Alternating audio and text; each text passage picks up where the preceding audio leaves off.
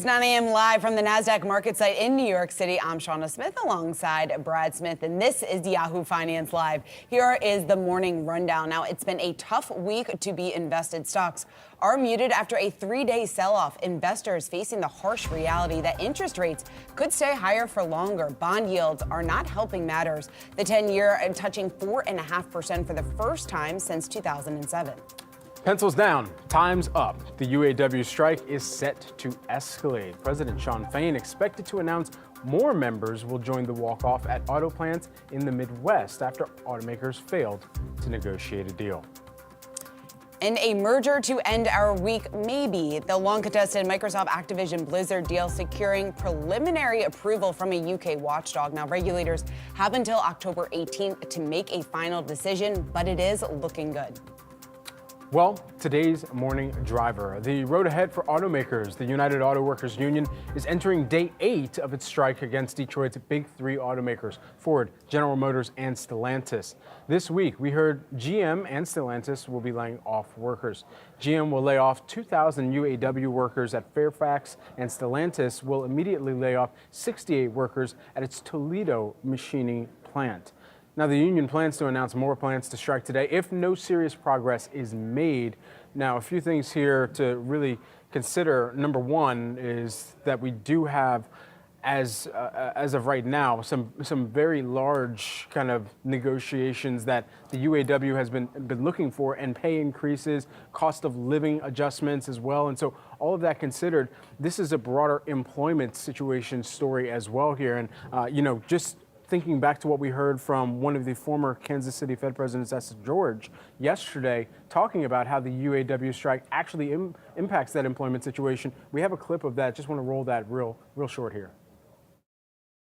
I think at the end of this year, you could begin to see the impacts of the uncertainty around this government shutdown, around some of the strikes and the shutdowns that have happened in the auto sector. There could be other things as this tighter policy works its way through that will signal the economy is cooling in a way that the committee will not only be comfortable leaving rates, but anticipating those cuts sometime in the first half of next year. So just to kind of also put in summary with this broader discussion too, is not just what the union members are looking for, but how this could also redefine the amount of headcount that's necessary at many of these plants, because all of the workers are considering, okay, what portion of those jobs are now going to robotics? What portion of those jobs are now going to have some type of artificial intelligence baked into it, and the type of vehicles that are being produced in more electric vehicles as well. Right, you're exactly right. And that's why this negotiation is so tricky, right, for both sides, because you have the union, Shawn Fain, trying to have that job security. We know that that is one of the main sticking points within these negotiations. And then on the flip side, you have the large automakers trying to make sure that their profit margins are still going to look solid when we do see that transition here, because manufacturing those EV vehicles obviously a bit more costly. And this is something that Dan Ives of Wedbush pointed out in his note last night, saying that this is just a growing nightmare situation, specifically for Ford and GM. We've heard a lot about the transition here from those two automakers to EVs, and he's saying it's coming at an extremely tough time. It's a crucial period of EV execution, model rollouts, distribution, marketing, and with EV competition rising across the board, that this timing could not be worse. So you have this delay factor as well, and then you have the fact that simply just the profit margins, we could really see significant pressure there if they are forced to pay these workers even more. And they do still seem to be very wide, a huge gap in terms of what they want. The union's still asking for 36%, at least that is the last we heard. And the automakers coming back with offers of just about a 20% pay hike. So we'll see how this all plays out. Indeed. Declines for GM and Ford, though, in this interim period of time over the past 5 days. All right, well, the U.S. Federal Reserve is not the only central bank considering higher for longer rates. The European Central Bank raised rates to a record high of 4% last week in a continued campaign to tame its own sticky inflation problem. Yahoo Finance reporter Jennifer Schomburger is here now with an exclusive interview on just that. Jen? Thanks, guys. Yep, joining me now in an exclusive interview is Philip Lane, chief economist of the European Central Bank and former head of the Bank of Ireland. Dr. Lane, welcome to Yahoo Finance. Thank you so much for joining me. Good morning. It's a pleasure to be here. So you opted to raise rates for the 10th time last week, bringing rates to an all-time high of 4%. In the Eurozone, inflation still stuck above 5%, yet you seem to have signaled that you're finished raising rates. Why? Could you explain?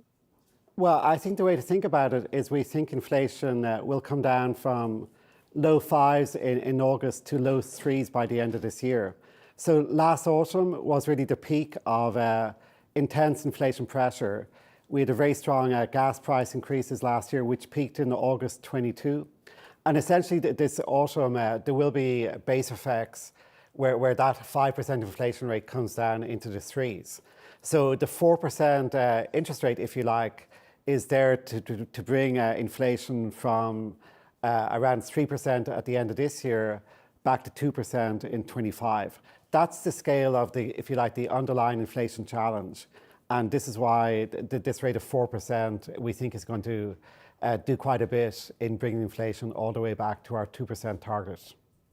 So then do you believe keeping rates at current levels is enough to bring inflation back down to target if held for an extended time, and thus further rate hikes are off the table at this point?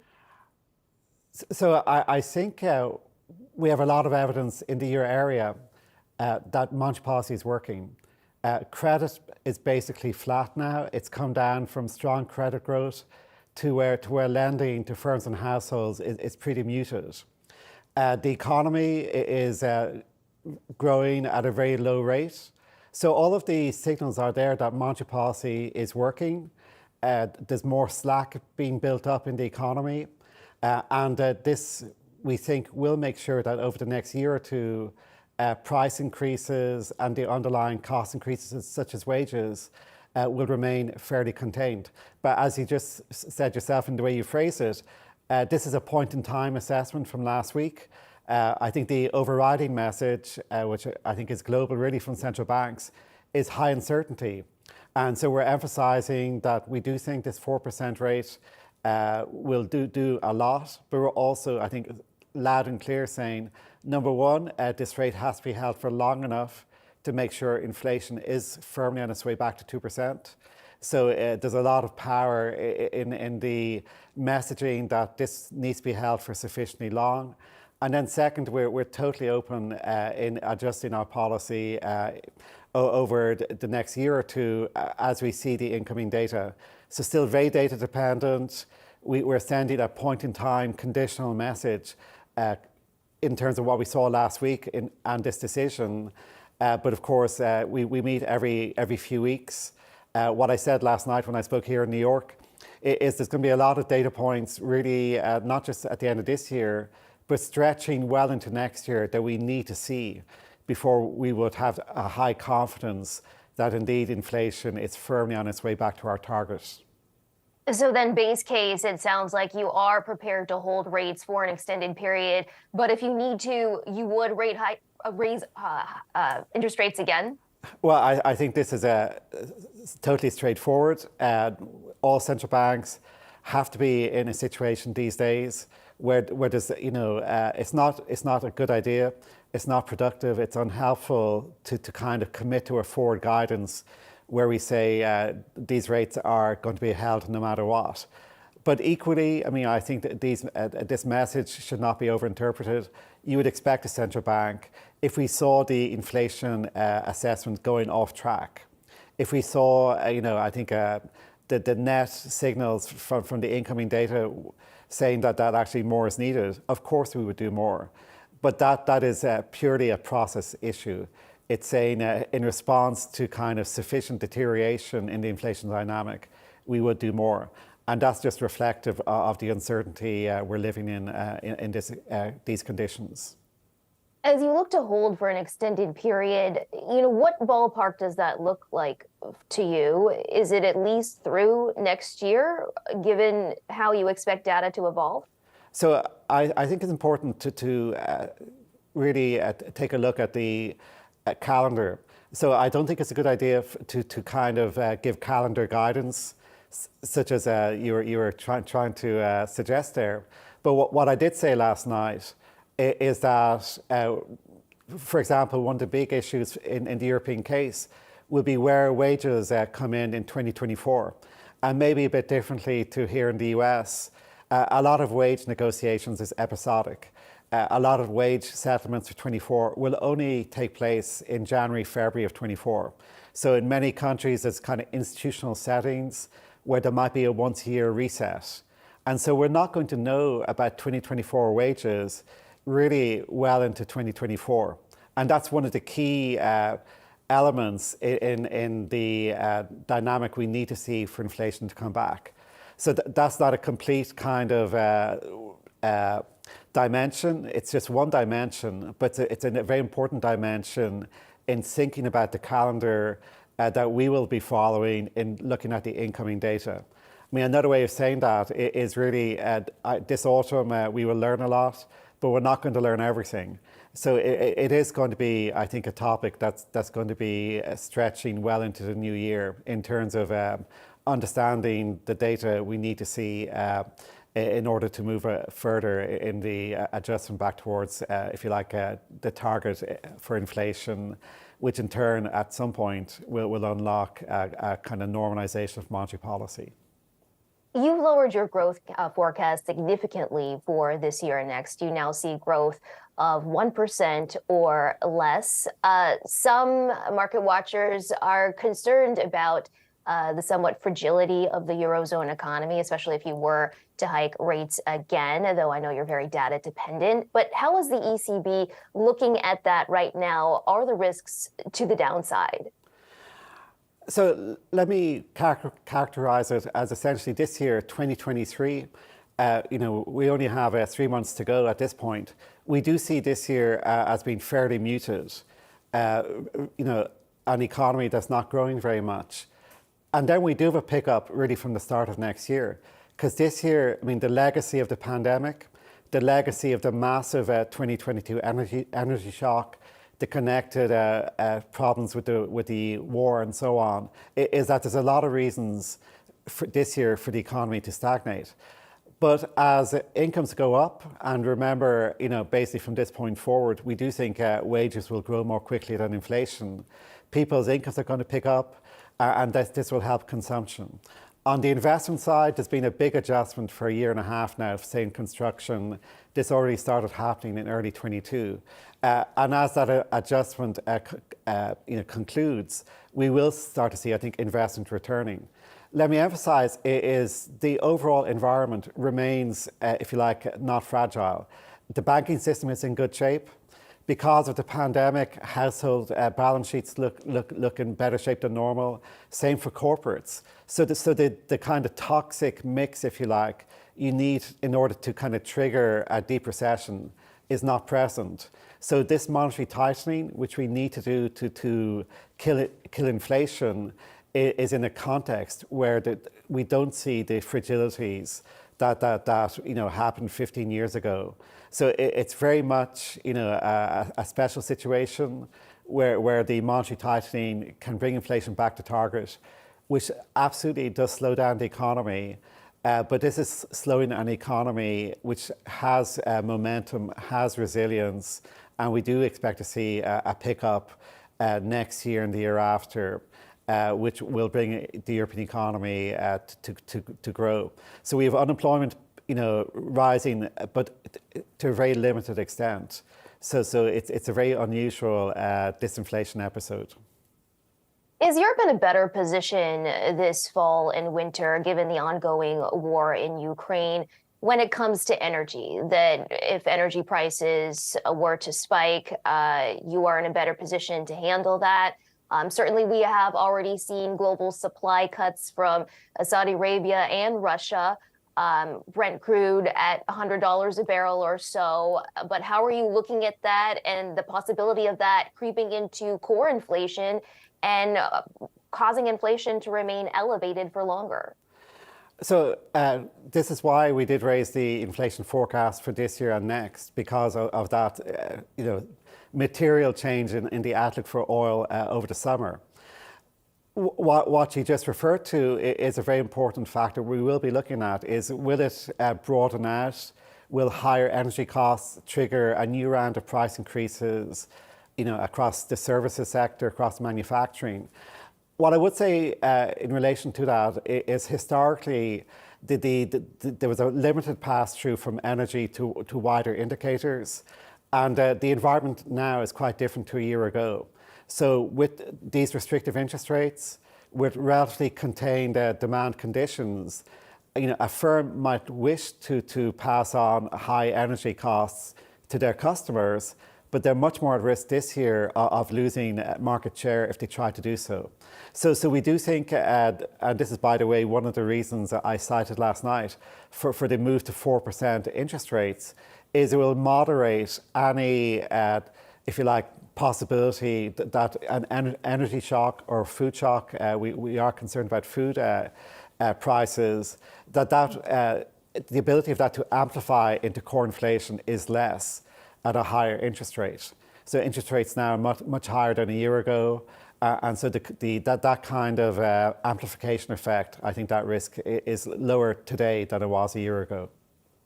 Dr. Lane, that's all the time we have today, but thank you so much for your insight. I hope you will come back and talk to us again soon. Thank you very much. That's Philip Lane, Chief Economist of the European Central Bank. Guys? All right, Jen, thanks so much, and thanks for bringing us that interview. Another big story that we're watching today, Microsoft's acquisition of Activision Blizzard may get the green light from Britain's antitrust regulators. Now, the $69 billion deal was blocked in April by the UK regulator, which was concerned that Microsoft would have too much control of the cloud gaming market. We have Yahoo Finance's tech reporter Dan Halley here to break all of this down for us. Dan, I know you've been watching this case extremely closely. How significant is this potential step forward today?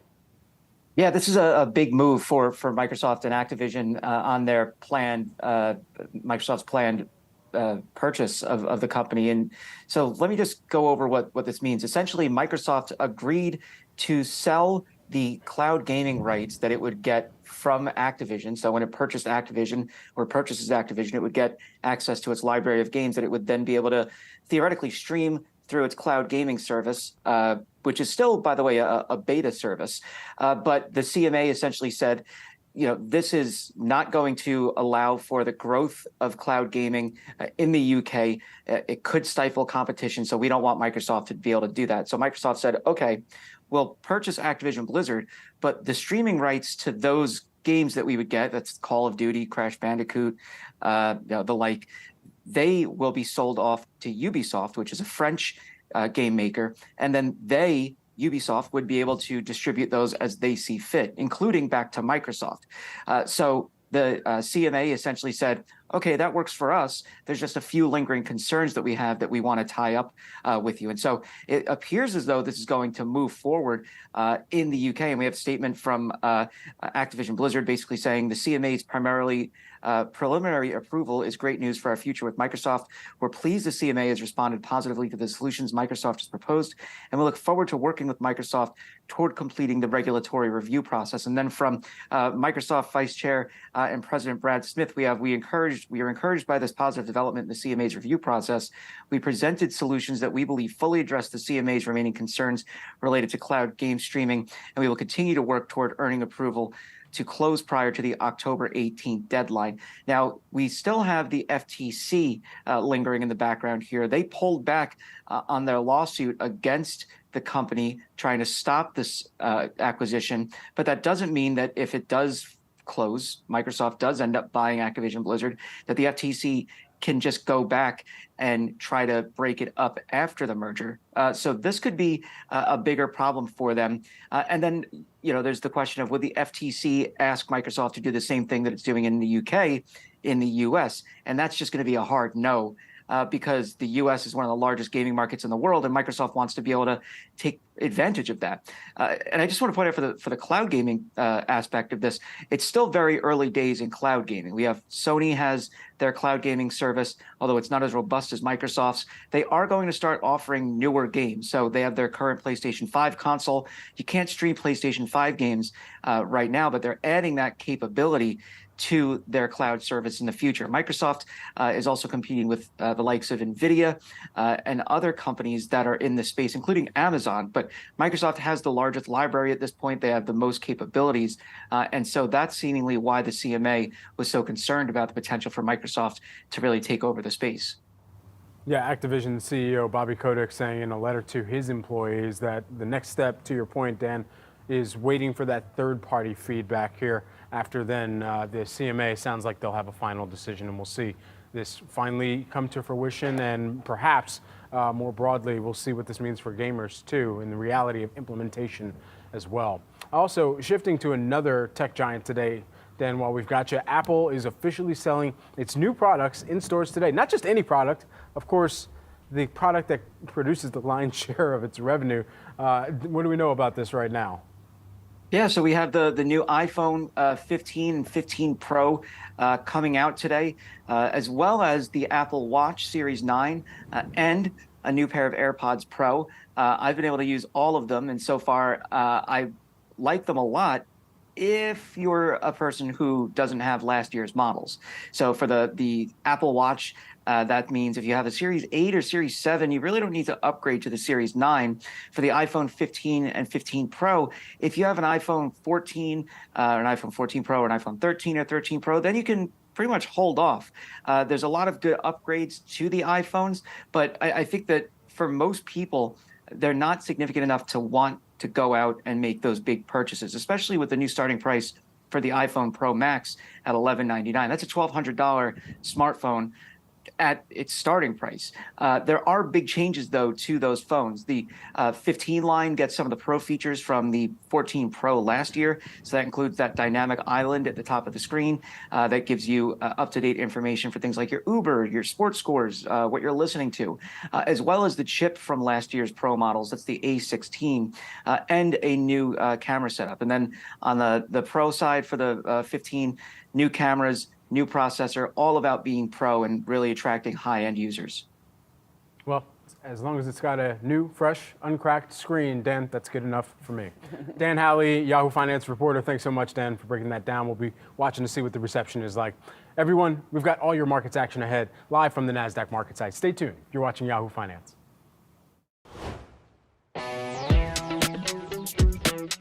The UAW strike, which is just getting started, and we still have ongoing strikes by the Writers Guild and by the Actors Guild in Hollywood. Economists are now saying, how much damage is this actually going to cause to the broader U.S. economy? And the answer is hardly any. Now, it will hurt the auto sector, but we've got 2 months of supply of most vehicles for the auto manufacturers. In some ways, it's not terribly surprising. We certainly have a very strong labor market, a very strong economy, and strike activity usually rises when the economy and the labor market is strong. If the automakers come out of this hobbled, they'll be delayed on all products, and that will certainly affect electric vehicles. I think their long-term concern for the automakers is that they come out of this with higher labor costs, which makes it more difficult to make EVs at a price point in which people can afford. It's really fueling what we've seen as a summer of strikes, where you have these unrealistic, almost excessive demands on the part of union leadership across a whole host of industry that could ultimately be destabilizing for the entire economy. Well, the main thing we're really factoring into it is the lost wages. But when we talk about lost wages, we're really not just talking about the salaries and impacts that people are feeling in Hollywood itself and in a number of different places where filming actually takes place. It's a paradox, you know, in the short term, they're going to have all this extra cash that they can use for other purposes, to pay down debt, to acquire other content like sports or more reality shows. But in the long term, they do need new scripted TV shows and movies in order to conduct their daily business. Well, if you look at the economics on it, I think these studios have to meet consumers where they are, bring the content, consumers will bring the dollars, and we can go forward with everyone entertained and the industry in a healthy state. In the short run, a strike is not good for anyone. The workers, the writers lose clearly for a long period of time that they don't get an income, but also the studios are losing out. They're not producing. No one can answer that in advance. It's a test of sort of your commitment as well as your kind of financial resources.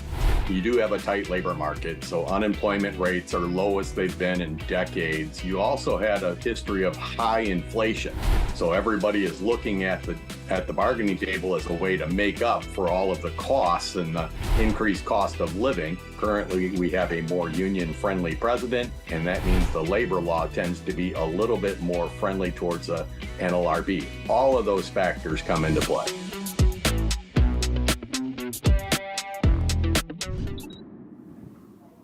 Welcome back, everyone. You're watching Yahoo Finance Live. I'm Brad Smith with Shauna Smith here at the Nasdaq, and we've got just inside of 5 minutes until the opening bell, the final one for the week. We've got our own Jared Blickery standing by to see what stocks are doing pre-market here.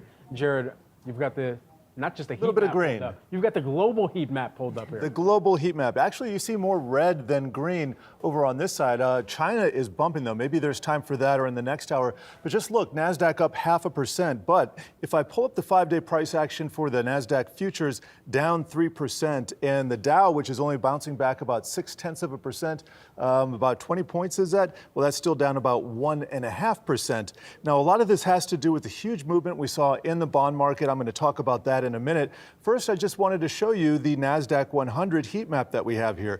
The background colors here are all red from yesterday. That was yesterday's price action. But Apple, for instance, bouncing back up 65 basis points, 0.6% to the upside this morning. We're going to talk about Amazon in a second, so I'll leave that to my esteemed colleagues. But here's Apple. Let me just show you the year to date. It is now threatening to break a support line, which is held for about a month. And if Apple falls, well, we'll think that the market might just follow it there. Here's the sector action this morning. Energy is the #1 sector of the day, and it has had a bumper week, even though crude oil is actually about flat right now for the week, but energy is up 0.8%. But then we see the 3 mega cap sectors of communication services, consumer discretionary, and then XLK Tech. Those guys are filling in there as some of the leaders. And we also have financials and staples. Those are 2 outperformers as well. I promised the bond market. So let's take a look at what the 10-year T-note did yesterday. This is a 3-month view. It broke to the upside. Biggest number, 4.5%, almost right there. Biggest number on the 10-year that we've seen since 2007. That is a big deal. And when the bond market sneezes, the rest of the market catches a cold. And here's what's been happening with the yield curve over the last week. It has been shifting up. Here's that line where it was a week ago, tracing the line through the 10-year, the 15, the 20, all the way down to the 30, and now it is moving to the upside. So this just disrupts the leverage system that institutional investors use in order to fulfill their orders. And then when you have disruptions in the bond market, that spills over into everything else. All right, Jared, something we're going to be keeping a close eye on. Stick with us here as we await the opening bell. Now, we want to take a look at some movers that are on the move in the pre-market trading. Let's start with U.S. Steel, because shares moving to the upside here, up just about 1% ahead of the open. Now, just this week, Stelco, which is Canada's largest steel maker, pursuing a bid for the company. This is according to recent reports. Now, this comes after about a month after U.S. Steel rejected a takeover offer from Cleveland-Cliffs. Now, lots to unpack here. One, just the interest that we've seen in U.S. Steel over the last month. We saw that massive jump in share price following the interest that Cleveland-Cliffs did express there in U.S. Steel. But this potential offer that we could see from Stelco, it's a bit surprising given the size difference of the two and the fact that U.S. Steel is so much larger than Stelco. Yeah, and the history of Stelco as well, something worth bringing up too. I mean, this is a company that had filed for bankruptcy protection, was bought by U.S. Steel back in 2007, and so had filed for bankruptcy protection also again in 2014, and then purchased by another company, Bedrock Industries. That was in 2017. So all of this considered, you have some very interesting emergences of companies that are looking to buy U.S. Steel here. And still going to be interesting to see where it ultimately nets out if there is a deal that gets accepted. But as of right now, as you mentioned, the Cleveland-Cliffs deal, that was the one most recently that had come to light after there were some other mystery potential buyers that were also involved here. So ticker symbol X, one to potentially keep an eye on as more of these interesting bids emerge from way downtown. Yeah, certainly. And Stelco reportedly is looking for more exposure to supplying metal for the auto sector. So that's one of the reasons why they could potentially be interested in U.S. Steel. But remember, U.S. Steel did reject that $7.25 billion offer in cash and stock from Cleveland-Cliffs last month. They said that they are exploring all strategic alternatives. So we will see how this all plays out. We've got the opening bell on Wall Street. Let's do a quick check of the markets. This is sponsored by Tasty Trade on this Friday morning. We take a look at the major averages and the action that we're seeing there. Still a bit of movement at the open. You have the S&P just trading above the flat line, up just about 0.25%. The Nasdaq, though, under a tremendous amount of pressure in early trading, off nearly 2% right now. Jared Blicker has a closer look at some of the movers that we're seeing. And look, Nasdaq flipping back into positive territory here. Yeah, I think we got a delayed print there. So it looks like Nasdaq bouncing back. It is led by the mega cap sectors. We'll get to that in a second. Just went through the weekly performance. All of the majors plus the Russell 2000 in the red for the week. And I want to get to the sector action. A market difference from yesterday when we had the first 1.5% down day in the S&P 500 in over 100 days. I think it was 102, 103. Here we see kind of a mixed board, but energy in the number one slot, as it has been a lot of times this year, followed by those mega caps, and then materials and looks like XLK rounding out the top performers there. When we take a look at the leaders, we can see KWEB. That is a Chinese ETF there. The Chinese authorities have been trying a lot of different maneuvers, including strengthening the yuan and going through various methods to strengthen their stock market piecemeal. Looks like it's paying off today, but I don't know if that's a long-term solution. Meme stocks, those are leading to the downside, down 3%, followed by IPO, gambling. So it looks like there's a little bit of risk on, but not in those fringe parts of the market. And we'll just take a look at crypto here for a quick second. This fringe part of the market looking up over the last 24 hours. So interesting to see that. I do want to close with a look at the S&P 500. This is a 3-month view. I'm putting this up here because we are at the Rubicon. We are at this very, very long support level. If we break it, probably going to get some downside momentum, but we could respect it. We'll have to see what bounces around on this chart around these levels, 4,300 to 4,350. That is the area I am watching, Shauna and Brad. All right, going to be very key to keep tabs on here. A really interesting look at that year-to-date chart there. Thanks so much, Jared, for breaking that down. Also, everyone, we got to watch shares of Scholastic today. Scholastic, if you're looking for a good story of nostalgia here, here's one. Imagine, and I'm going off prompter here, so just kind of go with me for a second here. Imagine you're a couple weeks into the school year. Your school tells you got a book fair coming up. Immediately, what are some names that come to mind? Scholastic, one of them. This week, the children's book publisher reported a worse than expected loss here for the second quarter. And the company also saying here that one of the things that had contributed to some of the financial performance was the summer break. Well, yeah. And the timing of some of its revenue contributed to their losses here. Notably here, the company did say, at least from their plan going forward here, Peter Warwick, President and Chief Executive Officer, saying we have a strong plan for book fairs this year. And that's why I brought up that story. Many of us remember the early weeks of a new school year. You're bright-eyed, got the outfit laid out. Excited to read. Exactly, to read. But here's the issue, is that you've got so many different ways of reading and ways of engaging with books. Now for Scholastic, of course, there's the relations with so much of the authors of these books, as well as the distribution of them. And so if you see kind of a major technological shift in the way that people are consuming with that, and Scholastic does not keep up, well, that can have a much more longer term impact. But stronger plan for book fairs this year, building on some of the strategies that they've transformed the business over the past 2 years and applying some of that learning as well here. But we'll see if that ultimately does net out positively for them. Yeah, we will see that. Executives, though, obviously striking an optimistic tone in this report. We know, like you said, the seasonality, this isn't exactly a surprise coming off the summer months. Clearly, a company like this is going to be up against what is a challenging several months. But as we head into the back-to-school season, they did reaffirm their guidance, saying that back-to-school season represents another opportunity for Scholastic to really help address the critical need that we do have for literacy and reading across the country. But what those numbers look like are going to be so important as we look ahead to the current quarter, because revenue for the most recent quarter for the company dropping 18%. Book fair sales declining 4%, the trade revenue falling nearly 20% to just under 73 million. So we know the softening retail market, obviously a headwind here for a name like Scholastic, and we're seeing some of those concerns reflected in the share price move here at the open, with the stock off nearly 15%. Also watching Vietnamese electric car maker VinFast. Shares are moving just to the upside, up about 0.7%. Now, the automaker reported a second quarter loss of $500 million, but their revenue more than doubled in the second quarter. Now, its first results since its market debut last month. The CEO saying that they should be profitable in the next couple of years.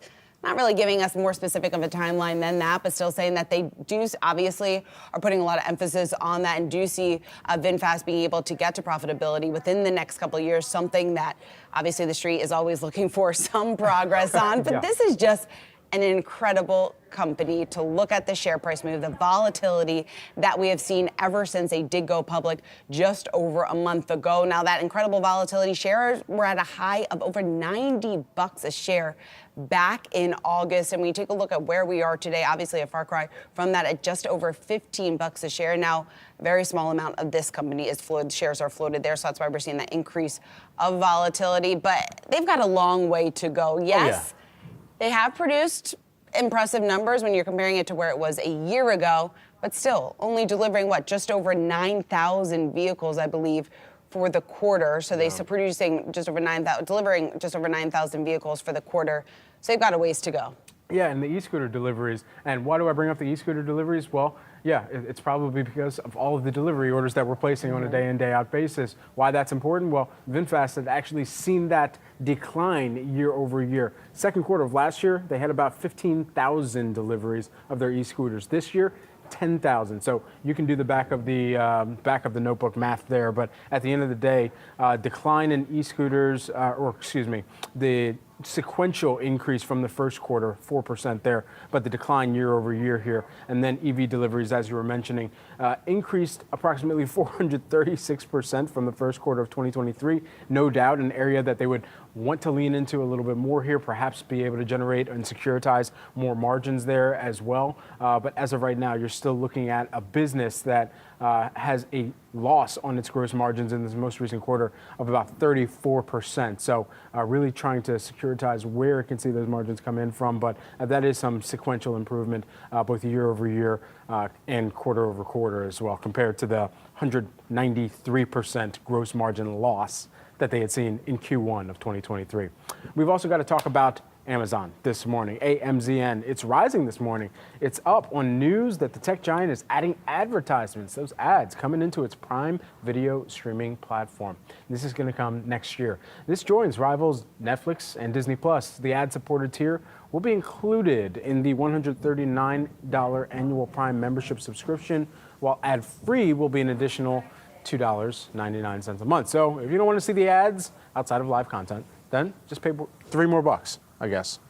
You already know that I am not a Prime subscriber. Which I am baffled by. Yes. But yeah, I mean, I will probably be one of that households that does end up paying $3 more a month just to not have ads, because my kids unfortunately have become accustomed to not sitting through ads, because it's something that they have gotten very used to on streaming, as well as my husband and I. So I may be one of those people that are going to be paying up $2.99 a month in order to not have the ads. But this is just a strategy that we have seen laid out from so many of their competitors within the streaming space. When you take a look at what Netflix has done, when you take a look at what Hulu has done, Disney to an extent here, just in terms of upping their prices most recently, they're looking to better improve some of the margins that they're seeing within the streaming business. And Amazon Prime, we know that, or Amazon, I should say, has invested significantly within their Prime division. They're looking to expand their content. So if they're able to offer a service here, the ad-supported service, with the hope of boosting their revenue just a bit, clearly that would be a big win there for the company.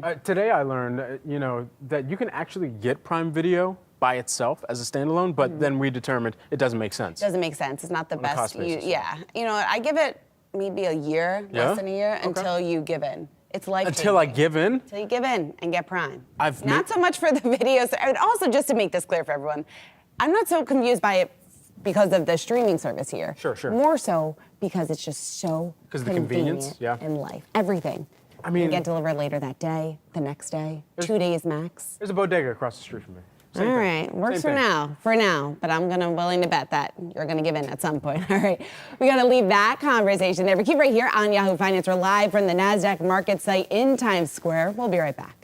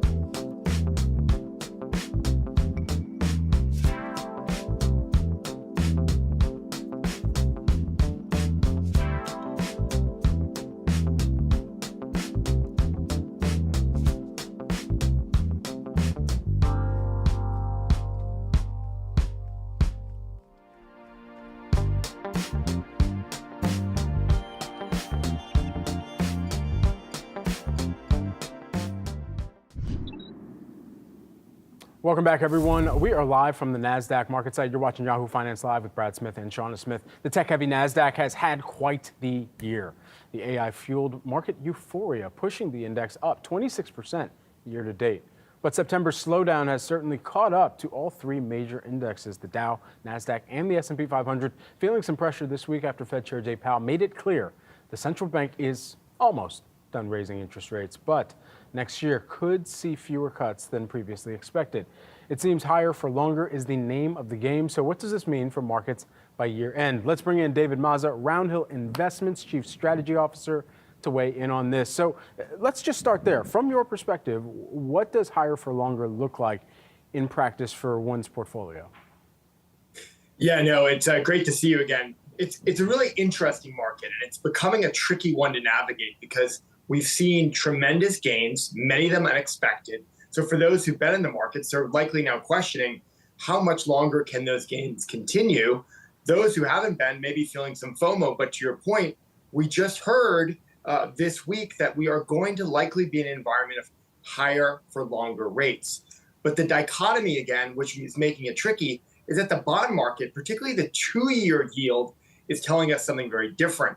right? So we know that there's a significant inversion of the 3-month Treasury versus the 2-year yield. And that's because the bond market is actually not believing what Chairman Powell has said about the path of interest rates and believing that we actually may get some cuts sooner.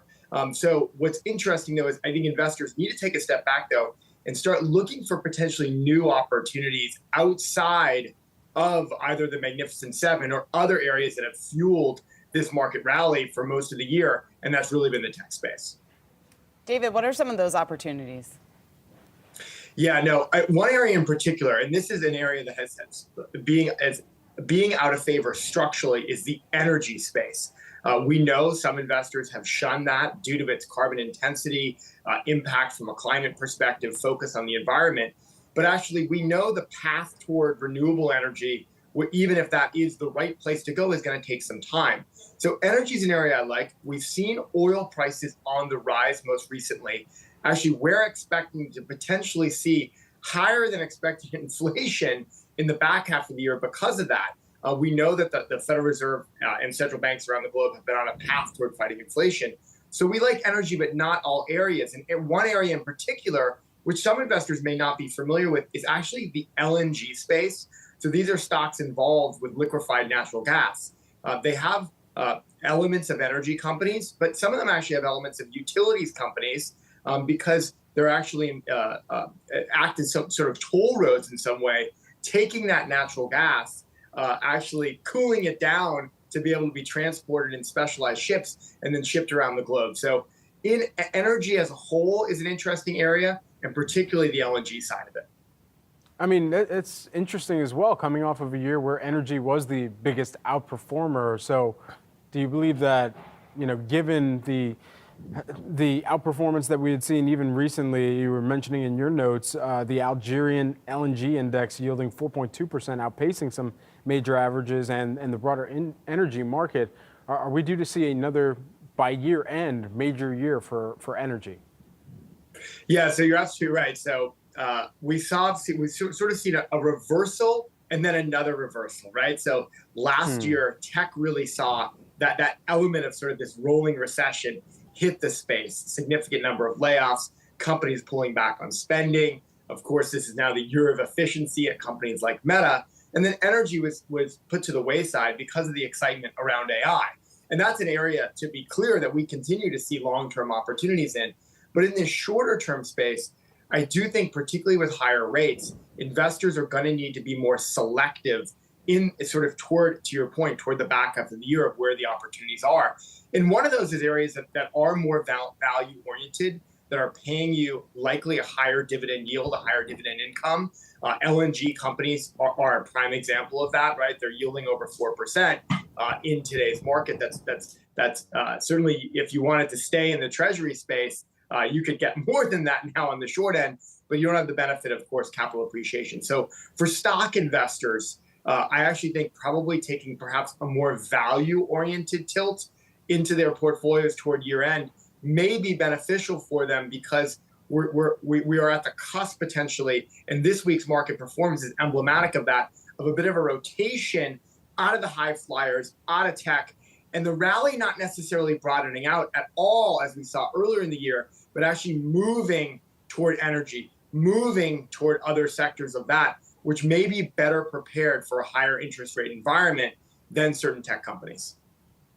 David, when we talk about a lot of the uncertainties out there that are facing investors trying to make some of these tough investment decisions right now, obviously we have the Fed, what we've talked about. We have the ongoing labor strikes that we're seeing play out with the UAW, with Hollywood, questions about what that's going to do to the labor market. And then you have the looming shutdown down in D.C. How much of that risk has been priced in? Has it at all been priced into the market yet? What does that downside potentially look like? Yeah, I think that we actually are set up here. If we take a step back and look at technicals, we're probably set up to see this downside likely continue. Perhaps we're going to be testing some of the nearer term lows that we've seen. That's actually healthy, right? We traditionally in markets see pullbacks of this nature to 5, even 10%. Twice a year. It's frequent. It's healthy. It gives investors an opportunity to reset and reappraise what areas of the market may become the new leaders and what areas may become the laggards. I do think, though, that the government shutdown potential, we've been in this game before. It gets very scary very quickly in a short period of time. And then often at the 11th hour, a deal is struck.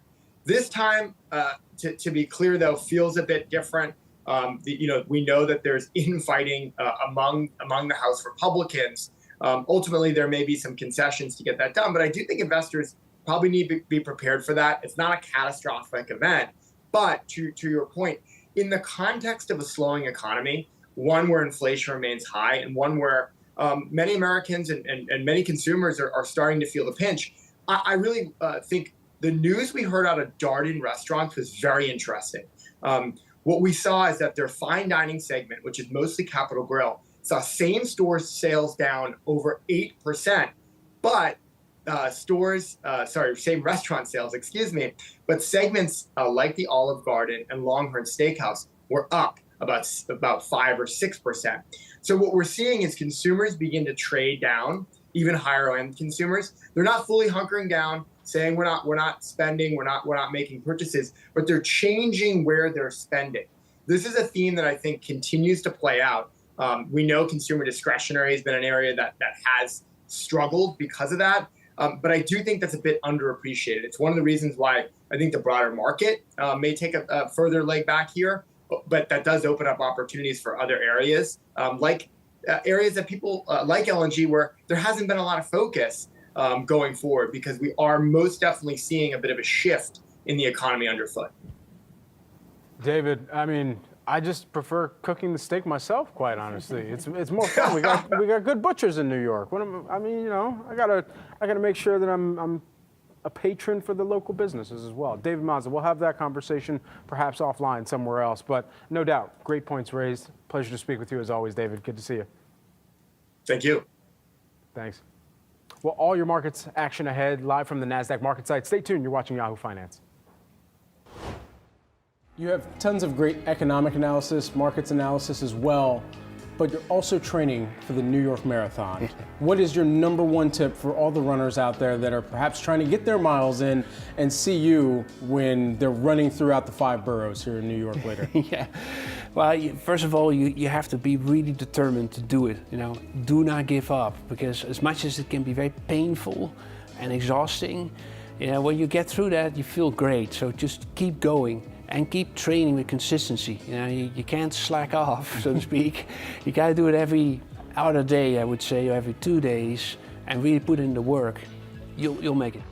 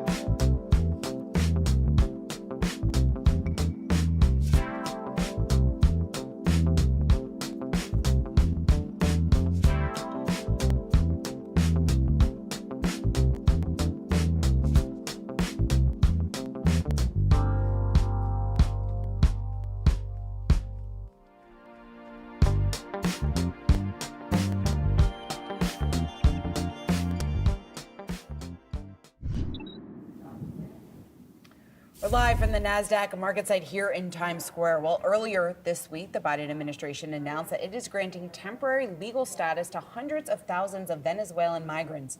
All Venezuelans who arrived in the U.S. before July 31st can now stay and work in the country for at least 18 months. The move is intended to ease pressure on both the border and cities hosting asylum seekers. Encounters at the U.S.-Mexico border are on track to hit record highs. Authorities saw more than 142,000 migrants in the first half of September alone. That's according to data from Mexico's president obtained by Reuters. Here with more on why this is worth keeping on your radar, we want to bring in Yahoo Finance's Rick Newman. And Rick, obviously there has been a massive focus on this, but talk to us just about the significance of this and the potential implications of what this could mean. Yeah, this got my attention for a couple of reasons. First of all, Biden is doing something about the migrant problem in the United States. This is a relatively small measure. It's not going to solve the problem of hundreds of thousands of migrants coming across the border with no place to stay, but it does address at least one problem, which is that during the last year or so, we've had a lot of migrants basically piling up in so-called sanctuary cities, which are quite often democratically run cities that do not deport people. And that's happening here in New York, for example, where there are more than 100,000 migrants during the last year who the city's having trouble figuring out where to house them and so forth. And one of the problems, which both the mayor of New York City and the governor of New York State have pointed out, is that it takes forever for people to come here to get a work permit. And you've even had some of the coalition of big businesses, almost 200 big businesses in New York City, saying to the Biden administration and to Congress, could we at least do something so that these people can go to work? Because they show up here often without much money. They don't have a place to live, and they cannot work to support themselves until they get a work permit from the federal government, which typically takes a minimum of 6 months, but typically a lot longer than that. So what this Biden measure will do only for recent immigrants from Venezuela is give them protected status, which will allow them to get jobs. So this does not address migrants from a lot of other countries that are here, but it does address a small part of the problem. And it is a way to at least allow people to start working, contributing to the economy, and getting some money they can use to pay for themselves. Yeah, Rick, and as we do know, the migrant issue and immigration more broadly is also an employment situation issue as well here. So we'll be watching that very closely. Also, though, we got to turn the page to now. What is perhaps the hottest debate on the Hill? And it's not the looming shutdown, nor is it the 2024 election. I'm talking dress code. It'll no longer be enforced in the Senate, meaning lawmakers can now just wear whatever they want, whatever they like, perhaps come in comfy cozy, and people don't seem to be happy, Rick. This is all about Senator John Fetterman from Pennsylvania, who just got elected last year. Fetterman's fashion designer is Walmart. He prefers baggy sweatpants and hoodies, and he likes to wear shorts. So when he was running, I was very interested, let's say this guy wins, is he going to dress that way when he goes to the Senate, which is very fusty. I mean, it's like a fancy club where you have to wear business attire anytime you're on the Senate floor. And Chuck Schumer, the majority leader, has relaxed the dress codes, I guess, so that Fetterman can wear his hoodies on the Senate floor. And this has caused an uproar among the, the upright senators who think this demeans the august body known as the Senate. So there are petitions going around in the Senate to reverse this and restore the dress code.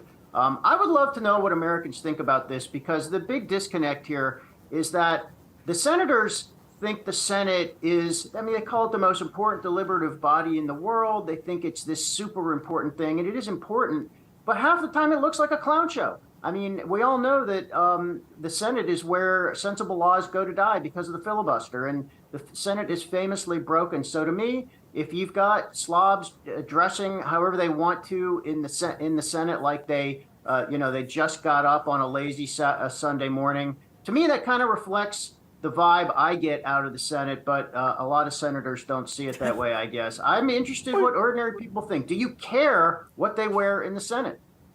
Do you care what the person that's coding the app that you use every day wears, Rick? Do you care? You often don't know, right? Yeah, exactly. You don't. And so at the end of the day, you're right that there is so much theater to what is taking place, and wrongfully so, because then we get away from actual issues and finding solutions.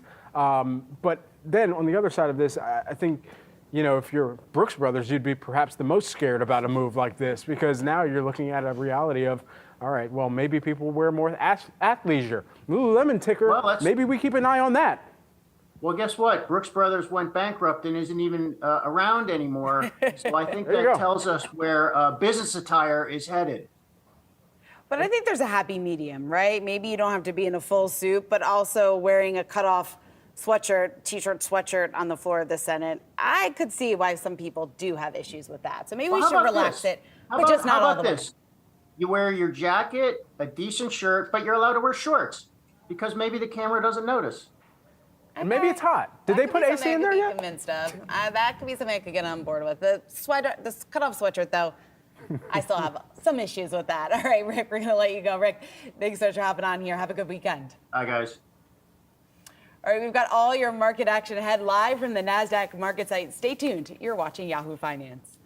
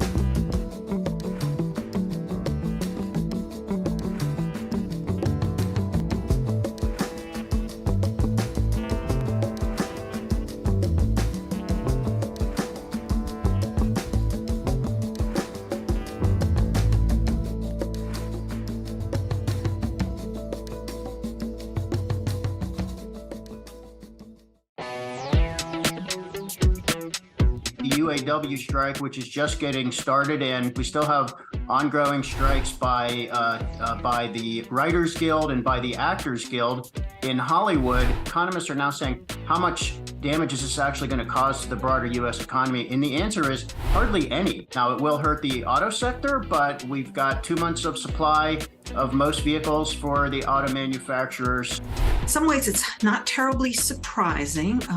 We certainly have a very strong labor market, a very strong economy, and strike activity usually rises when the economy and the labor market are strong.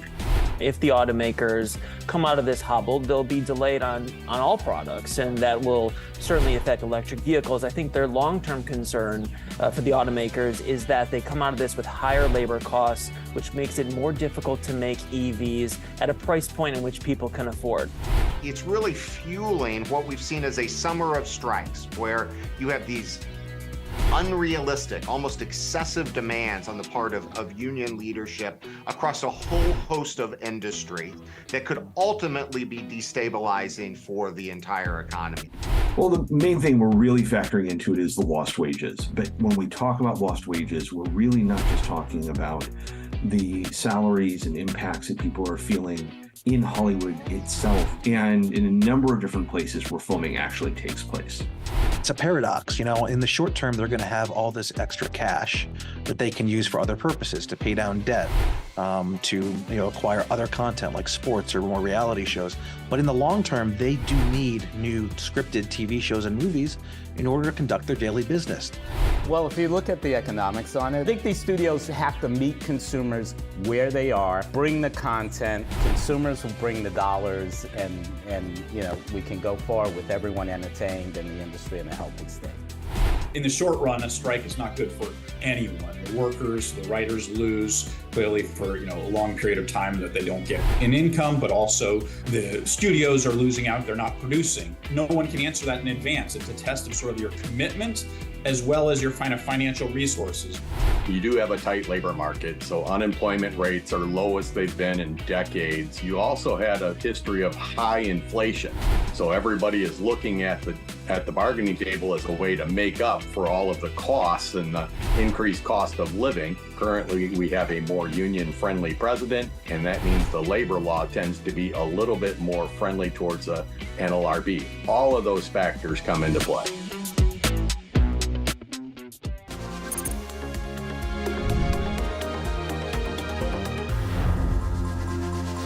I'm Brad Smith alongside Shauna Smith at the Nasdaq in New York City. We're about 30 minutes into the trading day. Let's take a look at how things are shaping up right now. Stocks right now are higher after a 3-day sell-off. Investors facing the harsh reality that interest rates could stay higher for longer.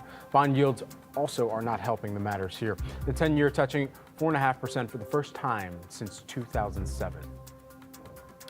Well, taking a look at some of the individual names, Alibaba is rising this morning on a Bloomberg report that the Chinese government is considering easing the limits on foreign ownership of domestically listed companies. Now, this comes as the world's second largest economy is attempting to recover its faltering economy and equity market. And we also have our eyes on Wayfair. The online furniture retailer got an upgrade today from Bernstein.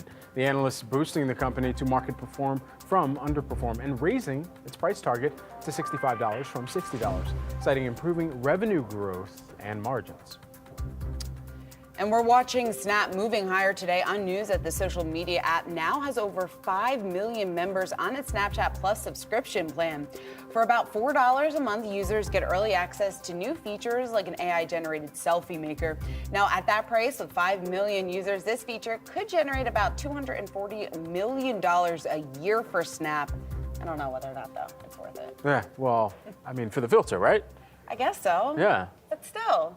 $4 a month? All right, I'll be the test case. I'll try out the filters for us. First. Yeah, done deal. Let's get you some of the markets commentary of the day that we're also tracking here. Billionaire hedge fund manager Bill Ackman said in a post on X, formerly Twitter, that he remains short on bonds and sees long-term rates rising further here. Now, Ackman notes that energy prices are rising rapidly, saying that not refilling the SPR was misguided and dangerous. He also cites the rising national debt, wage gains, and continued economic growth, keeping inflation above the Fed's 2% target long-term. Writing, quote, "The long-term inflation rate plus the real rate of interest suggests that 5.5% is an appropriate yield for 30-year treasuries here." He also said that there are just too many, well, at least he was greeted by one of the chief investment officers for a large fixed income asset management firm, and had recently asked them just how it was going, also talking about each debt ceiling being an opportunity for their divided government and its most extreme actors to get media attention and for our nation to threaten default here, something that we were discussing with one of our guests earlier about whether that is fully priced in to the markets at this point. Yeah, certainly one of the risks here that does present itself for the markets over the next week or so, or potentially several weeks as we look ahead to what exactly is coming next. But he also went on to say that that 2% inflation target, and we've talked to so many guests about this, whether or not that should be the target for the Fed at this point, given the current dynamics. And he goes that the long-term inflation rate is not going back to 2%, no matter how many times Chair Powell reiterates it that it is his target. He also discusses the labor market, the ongoing strikes, how that could potentially play into inflationary pressures here going forward, and the fact that workers do still seem to have the upper hand, at least at this point of the economic cycle, although there are obviously some signs that maybe that is beginning to turn. But the long-term deflationary effects of outsourcing production in China, no more workers and unions bargaining power continues to rise. So with all that said, that's his projection. Not too far off, really. I mean, it is more on obviously the higher side when it comes to the longer term rates, but Chair Powell did say that we got to be ready for this higher for longer environment as they do continue to try to get inflation under control. Yeah. All right, let's start the latest on the UAW strike. Nearly 2,000 GM workers in Kansas are idle today. GM saying that the ripple effects from the UAW strike are causing them to lay off the workers in Fairfax, while the UAW placing the blame on companies. UAW President Shawn Fain due to speak imminently. And for more on this, we want to bring in Al Root. He's Barron's senior writer. And Al, lots of focus on what we're going to be hearing from Shawn Fain, whether or not we are going to see the union expand its strike to more plants. What do you see as, I guess, how far apart do you see the two sides when you're comparing what the UAW wants to what has been put forward so far from the Detroit Big Three automakers? Yep, thank you for having me. I feel a little like ESPN Adam Schefter. We got the cell phone. Shawn is just started speaking.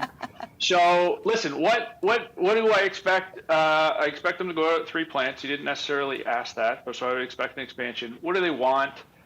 They want higher wages. They want to catch up for inflation of the last few years, but not only for the last few years. If you look at the auto industry since the credit crisis, since GM went bankrupt, I mean, workers have only got sort of 1% a year on average wage increases. Now they also get profit sharing, but that's not very good. So they want some catch up. And like we saw in the earlier clips, the automakers want to stop losing market share. They want to control labor costs as they make this electric vehicle transition. So it's a negotiation where both sides have some reasonable points, and then they battle it out like a boxing match. Al, it's great to get your insight and analysis on this. You know, I just want to describe for our viewers a hot second the tone that is being delivered from Shawn Fain in this particular live webcast. You're looking at the UAW president right now, for those who have us on our side screens, as you do as well, essentially wearing black and white camo. He's got signs behind him saying UAW stand up, saving the American dream, record profits, record contracts here. This sounds like a UAW president that is in his own type of wartime mode. So what does that signal for the automakers, and whether or not they can expect any firm negotiations, any type of deal making to come to the table that actually nets out in their direction, or at least doesn't have them giving up as many concessions as previously intended? You know, what does it mean? I think it means, A, buckle up. I don't think the strike is going to be over anytime soon. Wells Fargo, Colin Langan says 45 days is his base estimate. You know, I would use about 30 days as a reasonable estimate. Shawn Fain, you talk about his demeanor, his rhetoric. He's done quite an interesting job here, right? He's striking all 3 at once. That's unique. He's going out in sort of a piecemeal basis that limits the impact on workers. It also limits the impact on the automakers. That's another reason it could be a long strike. He is turning into one of the more interesting labor leaders of my lifetime because of all the things you say. You know, he's wearing camo today. He literally trashes the proposals from the U3 from the D3 automakers, which is sort of interesting.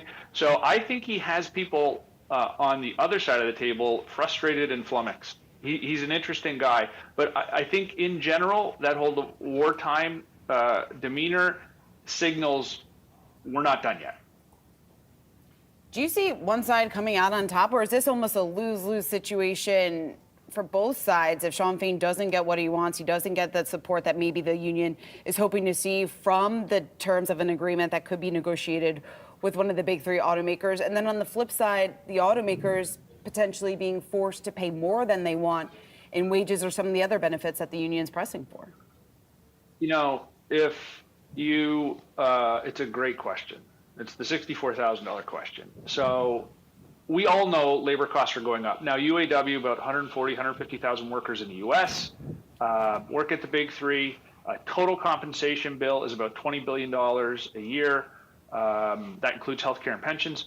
We know that things are going up, so we're sort of arguing, are they going to go from 20 billion to 25 billion or 20 billion to 23.5 billion? So to some extent, and just for context, there's about 290 billion in sales between the Detroit 3 automakers in the US every year. So we're arguing over 1 or 2 billion.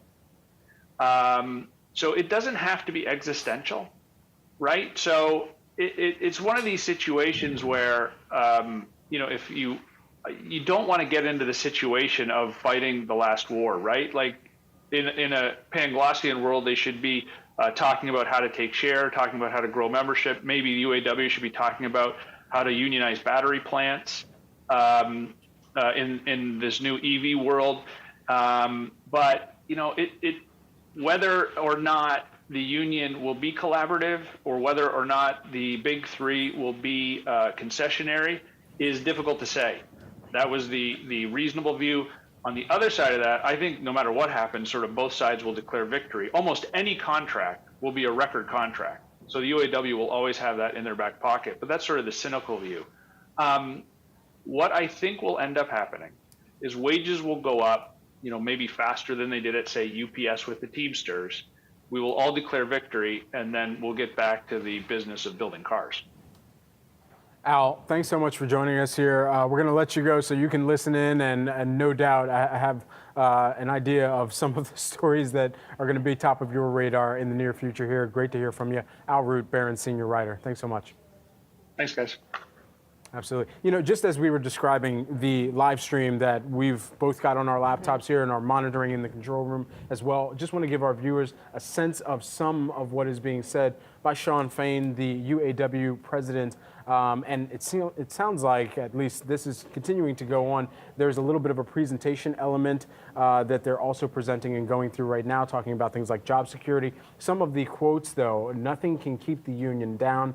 This is how hard we worked during COVID. We made people rich, and now they want to kill our health care. This isn't just about the big three, and members appear ready to stand up against corporate greed.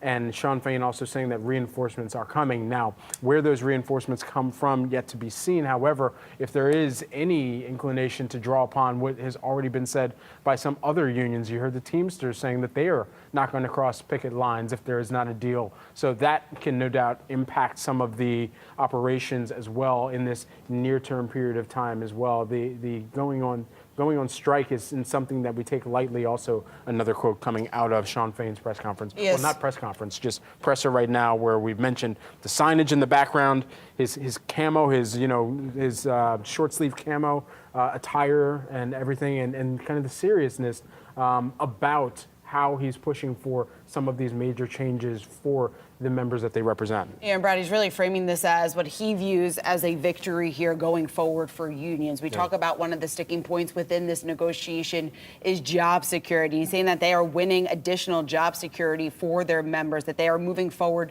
to cut some of the profit sharing. We also have one of the conversations of all the current temps right now. We know temporary workers, the pay that temporary workers received has also been a sticking point at this part of the negotiation. So this is going to be something, obviously, we're going to continue to watch this, how this all plays out. But going back to what we just heard from Al, this seems to be far from over. Yes, maybe there has been some progress made from both sides, but still has a little ways to go in terms of meeting in the middle and really having both sides getting what they could see here. But UAW saying that it has recovered COLA payments from Ford, and also Shawn Fain saying that UAW has made progress in its contract talks with Ford. So we're going to continue to monitor these headlines coming out from Shawn Fain. And on that, you're seeing Ford move higher by about 3.5% here on the day. Fractional moves for GM and Stellantis. We'll continue to monitor any of the headlines that come out of this speech as well.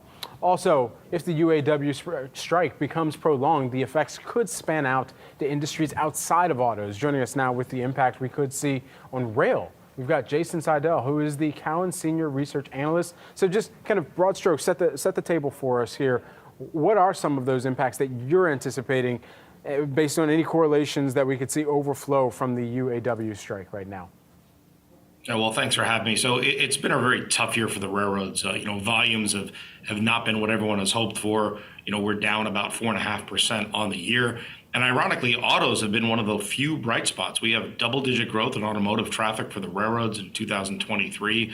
So, if you take that away, you're adding over 0.5 percentage point on the downward side, the total traffic for the rails. And so we are expecting this to eventually start hitting numbers. You're not seeing it yet because there's a couple week lag in what you see in the numbers. The railroads already report on a week lag, but there's also some finished vehicles on the ground that they can still move as we head into the strike here.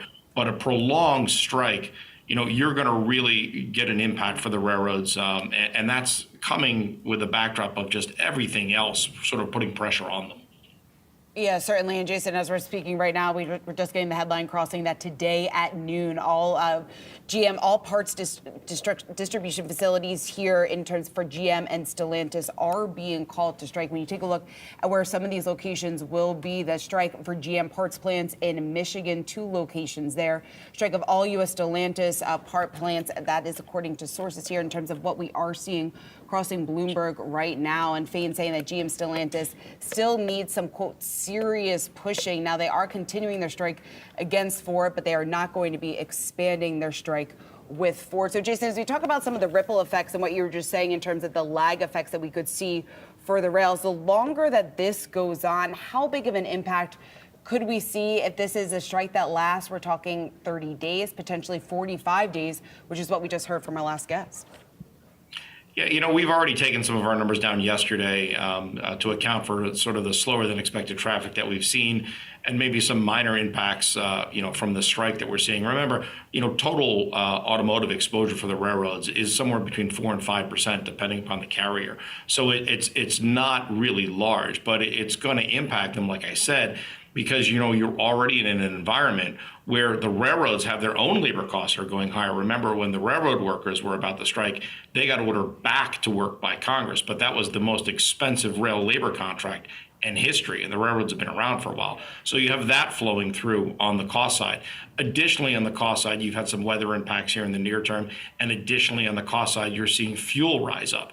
Fuel has sort of dropped from January to July, but sort of post the end of July, we've seen a big rise in fuel, and the rails get hit on that with about a 60-day lag on the recovery side. So near terms, the railroads have a lot of negative things going on, and unfortunately, very few positives these days. Ticker-wise, as we think about the companies that you cover that are most impacted, that have the most exposure, who would they be? So we cover the U.S. railroads, and we would say Norfolk Southern probably has a fairly large exposure on the automotive side, but they're all around the same area, and they're all watching this obviously very, very closely. But we think there's going to be a lot of pressure on the rail group. I think the sort of consensus estimates for 3Q need to come down as we head into the quarter here. Yeah, Jason, when this is coming at a tough time here for the rail group, like you were just talking about, when we talk about the risk of recession, the pressure that we could further see on volumes, on pricing, what do you see that looking like as we, not so much in the fourth quarter of the year, yes, it's so important, but even as we look out into 2024 as well? Well, that's a great question because, if you go back to June, I'd say a lot of the industry people were hoping for sort of a 1Q turnaround in what we've been calling a freight recession. We've seen weakness in the freight market sort of post-Thanksgiving of last year, and that's when it's really reared its ugly head. But going forward, now coming out of our global transportation conference that we just hosted in early September, people are looking at now the back half of next year. So the goalposts have been moved on the recovery, and we even talked to somebody the other day that doesn't think we're going to see a recovery till 25. So we're keeping a close eye on that. Clearly, my group is exposed to the economic whims. And it hasn't been a good thing thus far. Rails have actually seen a lot of freight move back to the highways because you not only had the fuel decline for most of 23 up until recently, but you also had spot trucking rates fall over 40%. So that's your number one competition. So there's been a modal shift away from the rails back to the highways. Jason, when we heard the UAW president, Shawn Fain, say that members are ready to stand up to and against corporate greed, but also saying that reinforcements are coming. Could reinforcements also mean that other industries such as rail decide that they, because of the impact and the exposure that you're outlining and highlighting here, that there's some action that we could see from the rail industry? Oh, the rail industry has a contract, so you won't see any strike action there. But the rails, like any other unions, the workers will not cross any picket lines. So you don't expect any of that. That's, to me, I was listening to one of the people that spoke before. That's not new news. No one's going to cross a picket line if you're a union. Same thing goes for any trucking organizations. But in terms of the impact, I don't think there's going to be any labor action on the rail side. Again, they just got a contract late last year. Jason, how big of a risk are rising energy prices when you talk about the fact that there's some calls out there that we could see $100 here in the not too distant future? And I know it's something that's very tough to gauge. Obviously, so much of it relies on the supply that we're getting, obviously, out of OPEC here in the U.S., but then also the demand side of the equation, which kind of goes back to what you were saying before. So how big of a looming risk do you see that being here in the coming months? Sure, for the rails, like I said, there's about a 60-day lag in the recovery in the fuel surcharge. So it is a definite near-term negative.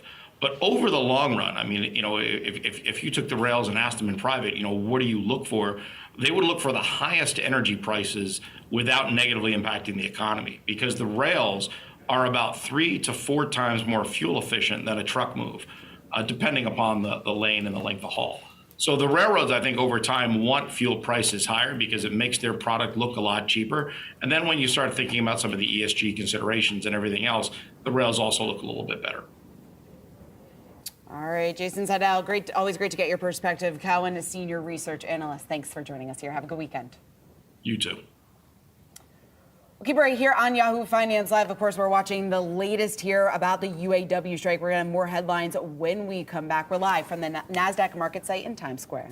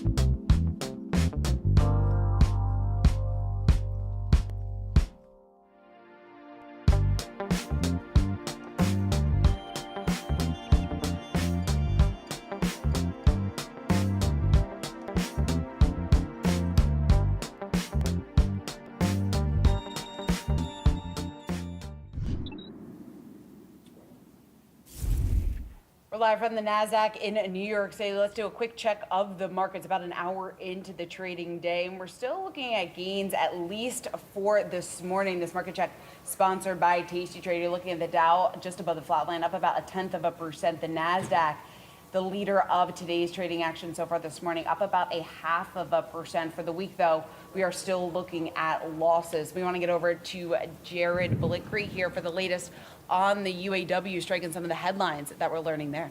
That's right, Shauna. Just look behind me. Aside from Tesla, that's a big red square, you see a lot of green. And let me just sort by performance so you can kind of see what's going on here. You might be surprised. There is some incremental good news for Ford. And not surprisingly, that is up 3.4%. That's a leader among the automakers that are affected. Here's a chart of Ford going back 1 year. You can see basically a whole lot of chop in there. And if we put a 5-year view so we can see the entire pandemic, had that big burst in 2021. A lot of companies peaked shortly thereafter. In 2022, it was all downhill from there. We can also take a look at GM, and let me just put it back on our market cap view. There we go, up about 2/3%. Pretty similar over the last year, a lot of sideways trading, so not much moving there, kind of at the bottom end of its range. So if anything, you would think that if the news improves for GM, it might be able to lift off and get back up to some of these highs that we saw earlier in the year. And let's also take a look at some of these other groups that are moving today. I'm going to go to the sector action, and here we see energy. That has been the leading sector since going all the way back to pre-market when we were checking in a couple hours ago. Communication services and tech, those round out the number 2 and 3 spots, and then materials. All of those are outperforming right now. Let's just take a look at tech and what it's been doing this year. This is a line view. Here's a candlestick view. You can see it is right touching the bottom of this potential support line right here. So if it breaks through, that's kind of a Rubicon. Would expect it to get some momentum to the downside. If it recovers and turns up here, well, then we'd look for a test of the upper end of that range. But it's been a really interesting week. Here's a 5-day look at the sector action. You can see everything mired in the red. Worst performer here is real estate, and I think that has to do with the bond market. Also, we have consumer discretionary and materials. Those are rounding out the bottom. The dark 3, they're down more than 3%. And if we take a look at the Nasdaq, the higher interest rates that we've seen this week from Chair Powell and the Fed, that has had a negative effect on the market, the market cap and returns of some of the biggest names that we have. Meta is up 1.2%. Apple just marginally profitable here, but Amazon, which we've been tracking, is it going to have a 7th day of losses, or is it going to snap that streak? Looks like it's up about 1% right now, so going in the right direction today. But overall, I am a little bit concerned because these moves in interest rates, they usually break out and then they have some momentum. So these moves might not be done, guys. All right, Jared, thanks for keeping tabs on all of that. We've got a lot of the market activity still ahead of us here as we're 1 hour into trade on the day. Jared, thanks so much for the breakdown here. Well, lawmakers are off the hill until Tuesday, leaving only 4 working days to negotiate a deal to avoid a government shutdown. Now, there's no end line in sight just yet. Hard right Republicans blocking the latest vote on a defense bill from advancing on Thursday. A frustrated Speaker McCarthy saying that the hardliner lawmakers, quote, just want to burn the whole place down. The White House will warn federal agencies today to prepare for a shutdown. That's according to sources telling AP that. Joining us now for more on this, we want to bring in Congressman Carlos Jimenez. He is a Republican representing Florida's 28th district. Congressman, it's great to see you. I know it is a busy time for you and your colleagues. Thanks so much for taking the time. We're moving closer and closer to a shutdown, and it seems like Speaker McCarthy is struggling and questions whether or not he's going to be able to get something done before the deadline. Do you still have hope that we will see some sort of deal before next Friday? There's always hope, and I don't believe in a no-win scenario. I think we had a pretty frank discussion in conference a couple days ago about some of our members. Remember, 95, 96%, maybe even 98% of the conference is united in what we want to do, but we don't have a significant majority. And so when all the Democrats vote against it, all it takes is 4 or 5 Republicans to join the Democrats. And then, any deal is shut down. And unfortunately, we have 4 or 5 Republicans that are joining the Democrats and voting no. So that's what's going on. And, our test runs were defense, where we had absolutely no difference of opinion, but there is supposedly a level of trust. Some of our more conservative members to the far right, they want to see some appropriations that actually reduce spending before they approve any appropriations that increase spending. We're all in agreement. Defense needs to have more funds, not less funds, but the bulk of it, the rest of it, will have a significant reduction in from last year's budget as we start to tackle our debt. We have $33 trillion of debt. Which is which is a grave danger to America in the future. Eventually, pretty soon, we're going to be paying more in debt service than we are to defense, and that's a line that we don't want to cross. We're going to cross it, but somehow we got to come back from it. So that's what's going on in Congress right now. Representative, does it seem like your colleagues in Congress are fully aware of what the economic impact might be if there is a shutdown and if there is not a deal reached, as we discussed with economists and portfolio managers, what that means for Americans' pockets? You know, is it clear that the rest of the congressional members are also fully aware of that? Yeah, they are. Absolutely, they are. And so, like I said, you know, we got I'm going to say like 98% of our conference is okay with the deal that was cut about a week ago, where we actually get a funding resolution which cuts spending by 8%, also puts on it a rider which will secure the southern border, which everybody is in favor of securing the southern border, and then making our way to the Senate for their evaluation about what they're going to do, and then finally the president. So the problem is that we've got, like I said, 4 or 5 Republicans that don't want to do that. They want to do what's called normal order or regular order, where we have 12 appropriations bills. We've passed 1. We have 11 to go. They want to see it go through that process. Unfortunately, I'm not sure we have time to do them all. We do have time to do a good number of them to show good faith, but at the end, I think we're going to need this funding, resolution to get to the Senate to avoid the shutoff. Yeah, we understand what a shutoff or a shutdown means to the government, to the American people. I certainly do not want that, and so we also have some other Republicans on the more moderate side that certainly don't want that, and so, it's an interesting situation. I hope that during this weekend, we can come to some solution and come back and work it through. It says we only have 5 working days. That's not true. We're going to work it through. I don't think we're going to go home next weekend, so until we see this thing through.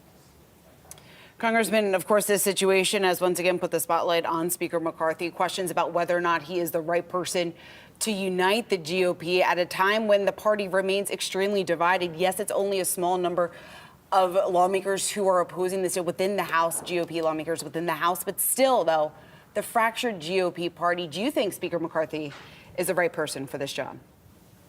Yeah, Speaker McCarthy has the support of the vast majority of us.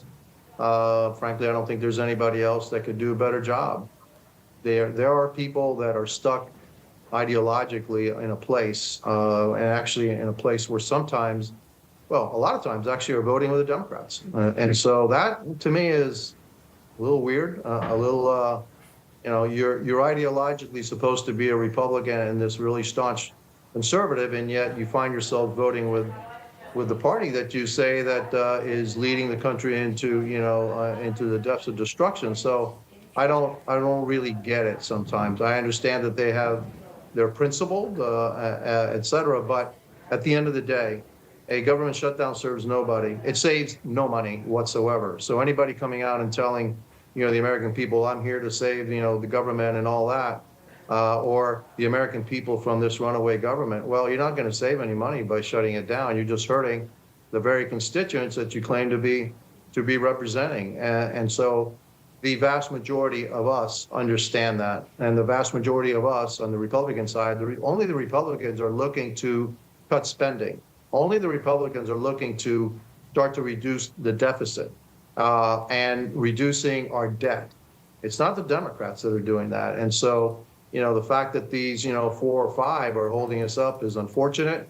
But when you have a slim majority, then 4 or 5, can, basically stop the wheels of the majority. That's been very, very frustrating to the majority of us in the party. Congressman, there's also been a lot of questions asked just about the far-right group, what exactly the influence they could have on the party going forward, how that could potentially reshape the GOP as we look out even beyond 2024. I'm curious, just from your perspective, what do you see as the future of the GOP party?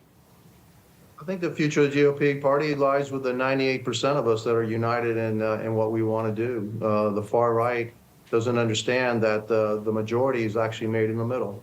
And maybe they do understand that. I don't know. Look, the majority makers are actually made in New York and California, and those districts which can go either to the Democrats or to the Republicans. On the Republican districts, any Republican will win. On a Democrat district, any Democrat will win. It's those districts in the middle that determine the majority. And in the House of Representatives, the majority is everything. As a matter of fact, the majority is the only thing. And so if somehow they feel that you're going to reshape the GOP or the Republican Party, they're mistaken, because you can't win where their ideology in those districts in the middle, in states like California and New York. You have to have the right Republican candidates that you can agree with 90% of the time. And I think I'd rather have somebody that I can agree with 90% of the time than somebody I agree with 0% of the time.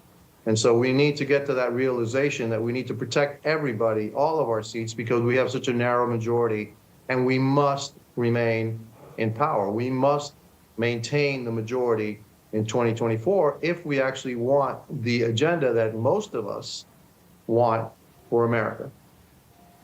What is that agenda, Representative? Because when we think about some of the cuts that have been put forward, it's areas like Social Security, it's areas like Medicare, it's Medicaid, supplemental nutrition assistance programs. Some of these are critical programs in order to make sure that people have access to health care, to make sure that people do have access to food security, an issue that is talked about by your party as well. So what is the actual agenda?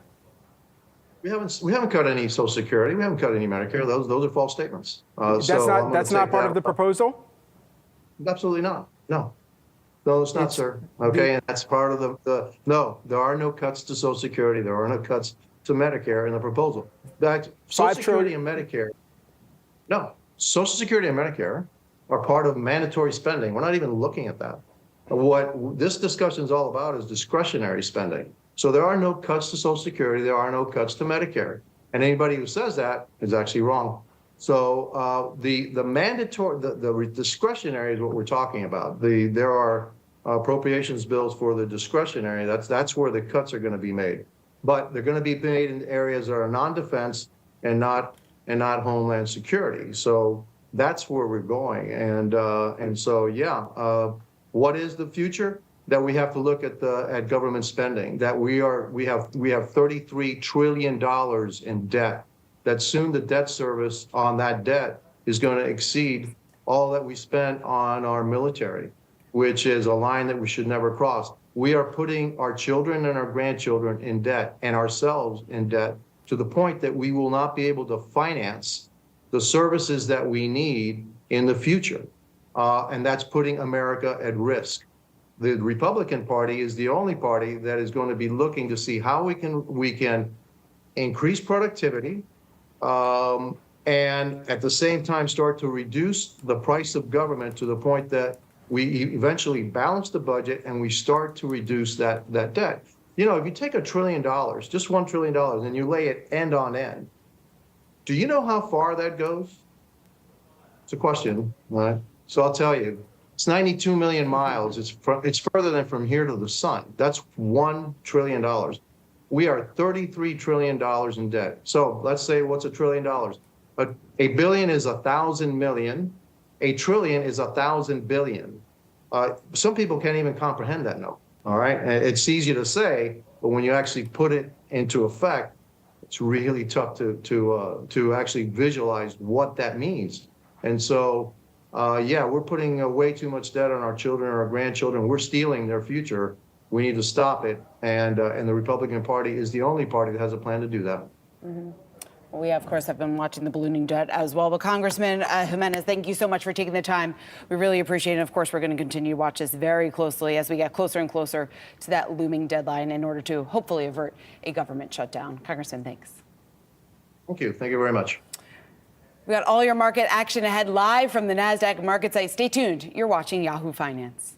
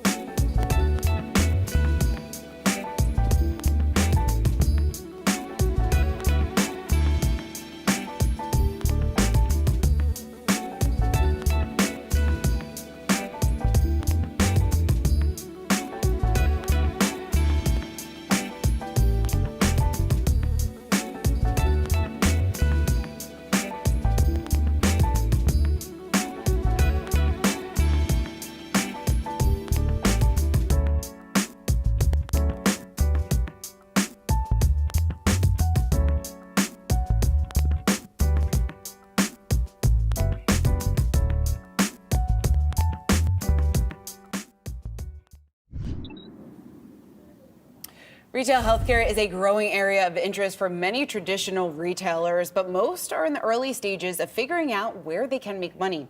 GE Healthcare is looking at consumer medical devices, while some of the big box retailers like Walmart and even Best Buy are looking for ways to get a piece of the $4 trillion healthcare pie. Yahoo Finance's Anjali Kamlani has more on this story for us, Anj. That's right, Shauna. You, of course, know the players that are, in the retail healthcare space, thinking of CVS, Walmart, and Walgreens, who've been increasingly providing provider services or checkups. But now we're starting to see really a growth in demand for things like medical devices, especially as more care gets put in the home. And that's where companies like Best Buy and GE are starting to take a look at where they can play. Best Buy, for example, in a recent interview told me that they are looking at bringing some of those medical devices into the stores, taking advantage of their big footprint, as well as Geek Squad as support for these individuals, especially catering to, seniors and the like. So they're talking about, putting, for example, scooters in the stores and hearing aids as well, especially as they're starting to roll out what they're calling experience stores. So where you get to try the product. That's something that's really been, a focus for them. They've already been building out their health department, which is something that has been sort of quietly working on deals since about 2017. $1.2 billion already invested in some of these deals for tech platforms or at-home device companies, Geek Squad, like I mentioned, to help the seniors and those experience stores. And I thought it was quite interesting. And so I asked, well, what else could we expect? What kinds of products do we anticipate rolling out, things that could be used by the elderly? And I got that part from the president of Best Buy Health saying, quote, "You would indeed see new categories like electric scooters next to traditional tech customers love to see from Best Buy, like TVs. But in addition to that, they have the interactive over-the-counter hearing aids, which we know was a recent progress from Medicare." So all of these things coming together. Meanwhile, GE, you think about them as just a retail product maker for a long time, right, in appliances, but they're also pretty big in the medical device space, and they too are starting to see this trend develop and looking at where they get to play a role. So they've been doing stuff like creating handheld at-home devices. They recently acquired a company called Caption Health, which helps with AI guiding for those, say, like an ultrasound machine, a portable ultrasound machine, and that could really put these products in consumers' hands, and they're looking at partnerships with some of these retailers. One of the things that I was told was, think about maybe getting a mammogram while you're at Walmart or CVS. Why not? So there's certainly opportunity, and you're starting to see this segment really take off now. All right, Anjali, thank you so much for tracking all of that, continuing to keep it on our radars as well. Yahoo Finance's own Anjali Kamlani, appreciate it. Well, credit cards are convenient for consumers. Small businesses, on the other hand, they pay the price with swipe fees. Visa and MasterCard plan to increase swipe fees by over $500 million annually, and this could start as early as next month. The Senate might be voting on the Credit Card Competition Act as soon as next week. More on this and consumer retail habits. We've got David French, who's the National Retail Federation Senior Vice President of Government Relations here. Where does this stand potentially, just as we begin the conversation, as moving forward for a vote? We had about 100 small businesses on Capitol Hill this week talking to lawmakers about the need for credit card reform to bring competition, real competition, to the credit card duopoly system. They had great conversations. The bill is, it's a pending amendment in the Senate right now. We're very optimistic that there will be a vote in the not too distant future. Obviously, what's going on the House side, what's going on in the Senate with the end of the year spending packages makes the immediate future difficult to predict, but we're very optimistic that we'll see a vote in the not too distant future. David, what's your response to some of the pushback from the critics out there who say that this bill could hurt buyers because it's going to limit access to credit, because it would limit some of the rewards points? Is there any truth to that? So we've seen this before. Back in 2010, Congress passed an amendment that limited swipe fees on debit cards. That was called the Durbin Amendment. At that time, banks predicted that free checking would go away. Guess what? A few years later, the American Banker reported that free checking was at an all-time high. The point is, banks often threaten to do things that would undermine their own ability to compete and market their services because those marketing programs are popular. So of course people like credit card rewards. It's very popular. But just because they threaten to do away with those programs doesn't mean they'll go away. In other parts of the world, Europe, Australia, there are vibrant credit card rewards programs, despite the fact that they have limitations on credit card swipe fees. And so what would the pass-through be then to consumers? Because small businesses taking on a certain part of it is one thing, but isn't that typically passed through to consumers as well in some of those swipe fees? Sure. Like every expense a retailer faces, it ends up in the price of goods. And so higher swipe fees that have no that have no recourse ultimately find their ways into the cost of everything. In fact, our data is that the average American family spends more than $1,000 a year because of high credit card swipe fees, even if they don't use a credit card, because it ends up in the cost of everything. David, I'm curious, what's your assessment of the consumer today? Because here we are with inflation much stickier than many of the forecasts had expected we would be at when it comes to the current levels right now. The economy is showing signs of some weakening here when we take a look at the labor market, showing some signs here of slowing down. Is the consumer, do you think, still able or still likely to remain resilient in the coming months when we look ahead to the very critical holiday season? So at the moment, American households have about I think the data is $500 billion in excess savings. That's a cushion. That's going to hold the consumer in a good place through the end of the year, we expect. But certainly in the future, tighter credit conditions and other factors are going to test that resiliency a little bit. If swipe fees are increased, what impact would that have on inflation that the Fed can, they can do, all of the policy decision making in their purview, but I mean, they're not going to, come out with any ruling on swipe fees. No, swipe fees, the question isn't if, it's when. Because there's no competition in the market for credit card swipe fees always go up. In fact, swipe fees have gone up about 60% since the beginning of the pandemic. Just $22 billion in extra swipe fees last year alone. So we know they're going up. Competition will help retailers and merchants bring those fees back under control. While we have you, and we've been taking a look through the NRF's outlook for the rest of this year and especially the holiday season, what type of expectation, spending level expectation, or even kind of category expectation, given the number of people that have shifted their spending from goods and into services and how that is really kind of continuing to drive some of the purchases that are being made? How is that how is that expected to continue showing up in the data once we get into this holiday season? Sure. We obviously there's been a shift back to services, maybe not as much as we expected following the easing of the pandemic.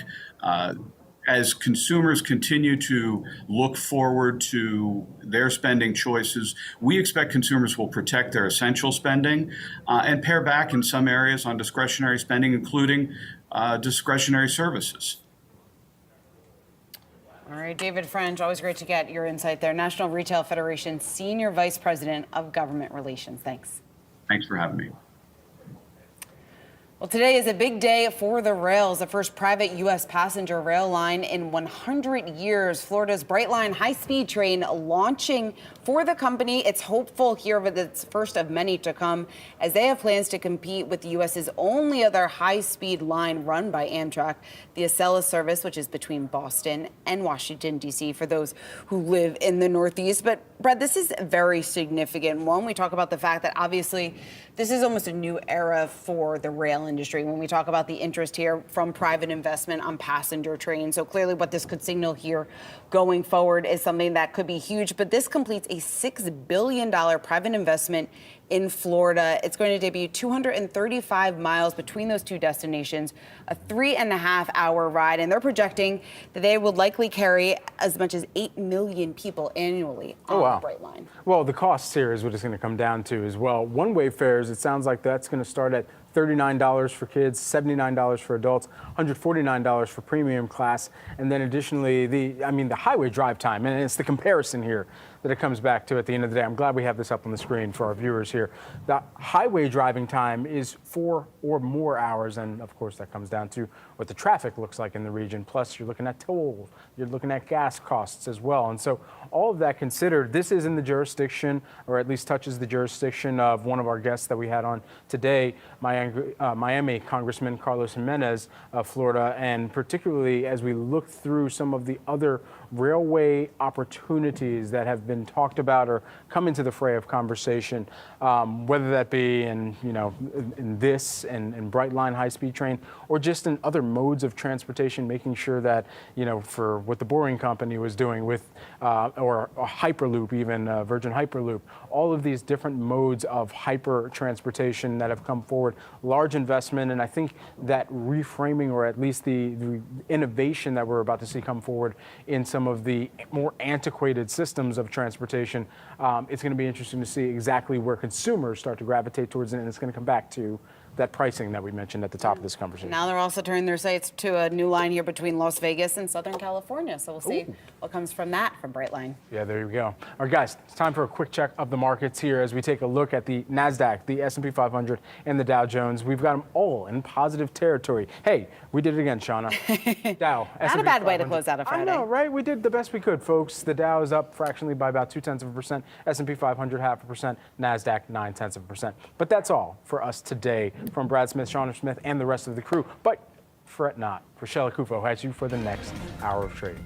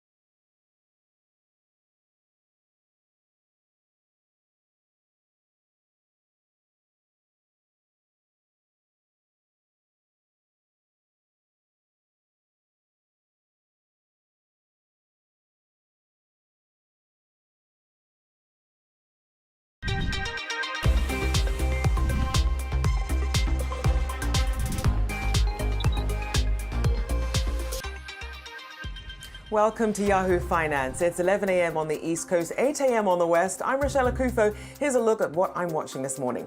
The UAW sticks to its word and ups the ante. It expands its strike to hit 38 parts and distribution locations for both GM and Stellantis. A different story, though, for Ford, as the union president Shawn Fain says they're, quote, serious on reaching a deal. Had a tough week to be invested. Stocks push higher after a 3-day sell-off. Investors facing the harsh reality that interest rates could stay higher for longer. Bond yields aren't helping matters, the 10-year touching 4.5% for the first time since 2007. And a merger to end our week, maybe. The long-contested Microsoft Activision Blizzard deal securing preliminary approval from a UK watchdog. Regulators have until October 18th to make a final decision, but it's looking good. But first, let's check in on how the major indices are doing so far this morning. As we can see, up for the day, but down for the week so far. We see the Dow there up about 40 points on the day, about 10%. The S&P 500, they're also up about 0.5% or 21 points. Tech heavy Nasdaq, their strongest gainer so far, almost up about 1% so far, or about 120 points. We're seeing tech and communication services the strongest performing sectors so far this morning.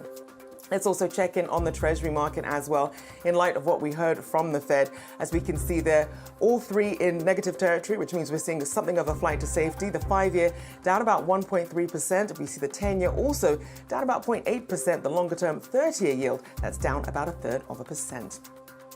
Well, we got a deluge of Fed speak this morning following the FOMC's decision to pause rate hikes on Wednesday. Here with the latest is Yahoo Finance reporter Jennifer Schonberger. So, Jennifer, give us an idea of some of the sentiment that we're hearing now.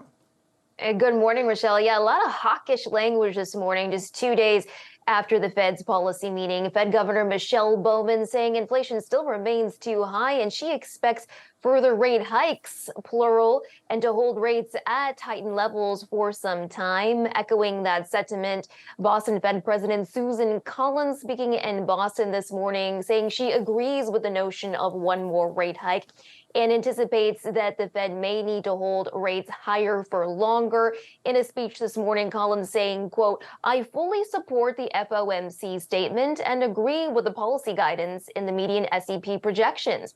I expect rates may have to stay higher and for longer than previous projections had suggested, and further tightening is certainly not off the table. The Fed this week, of course, projected one more rate hike and now sees fewer rate cuts over the next couple of years than previously thought, suggesting higher for longer. Now, Collins says while inflation has improved, it's still too soon to be confident that inflation is on a sustainable path back to the Fed's 2% target. She says inflation in core services, excluding shelter, which accounts for over half of the Fed's preferred core inflation measure, has yet to show sustained improvement. Collins says that the lags also may be longer this cycle around. Now, elsewhere, Fed Governor Lisa Cook spoke in Canada this morning on the impact of generative AI on the job market. Cook says it's safe to say that generative AI will allow knowledge workers to be more efficient and do more research in a day. And while she says many think that could result in fewer workers, she thinks it's more likely we will need more workers as a result. She sees more STEM workers and just jobs we can't even anticipate at this point. Now, Michelle, elsewhere this afternoon, we expect to hear from San Francisco Fed President Mary Daly, as well as Minneapolis Fed President Neil Kashkari, both expected to speak separately at 1 p.m. Eastern. Back to you. And Jennifer, looking at another story that we're closely watching, UAW President Shawn Fain just called on President Biden to join the fight. What can you tell us about what the White House can actually do? Yeah, Rochelle, I mean, this strike now in its, seventh day, spanning 20 states, Fain calling directly on the president to get involved in these talks. No comment directly yet from the White House when I reached out. However, we know that the White House anticipated the possibility of the situation happening, right? They appointed senior advisor Gene Sperling a while back, and they have deployed him along with acting secretary Julie Su to Michigan to try to sort through these negotiations. No word yet specifically on what those interventions are resulting in, though Acting Labor Secretary Sue has told me on multiple occasions that this White House does believe in the power of collective bargaining. The president has also said that he stands with the UAW. We will see how this continues to play out.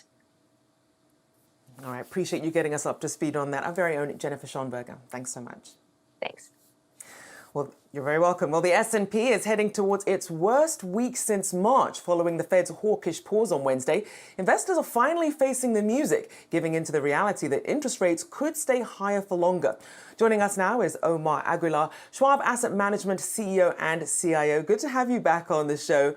So, Omar, I mean, the Fed has been pretty consistent that they're going to hammer down and stay on this path until they reach their dual mandate, which includes that 2% inflation target. Why is it just now seeming to sink in for markets? Yeah, it's clearly, it's taking many iterations for the Fed, keeping the whole concept about being hawkish and fighting inflation and continue to beat the drum about, the fact that when they see the labor market being extremely resilient, their target towards getting that inflation, under their 2% target or around the 2% target seems to be like what's driving, this idea. And it seems like, the discrepancy of what we saw in the bond market with what we've seen in the equity market for pretty much the entire year is finally starting to just converge towards, what the Fed wants to call it a soft landing, even though they don't necessarily say it out loud. It's still, that's sort of what they seem to be having. So equity investors and risk investors starting to just realize that, all the information that we have seen so far will point us to more volatility as we see that interest rates will stay, where they are. And there's going to be probably less ability for the Fed to come out and cut rates going into next year. So, Omar, let's break some of that down. So for equity investors, then, what are the biggest risks that they're going to face in a higher for longer environment?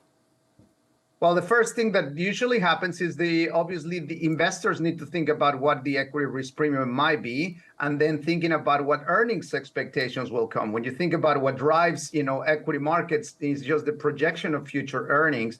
And when you think about, the fact that we have higher levels of interest rates, there is less liquidity in the market. You see credit conditions that are very tight with an increased labor cost and wage growth pressure. That has a big effect on profit margins. So when you actually think about what may happen in the first part of next year is that those compression of profit margins will have pressure on companies, especially for those that do not generate significant free cash flow or do not have stronger balance sheets. So that is going to put more volatility into the fork. So, when you combine the effect of higher interest rates, lower credit standards, higher costs on labor, that is usually something that equity investors need to be aware as they project what those, higher interest rates will go into the future. Now, on top of that, if you think about what has happened over the last 18 months, is a lot of companies were able to push, higher costs over to consumers.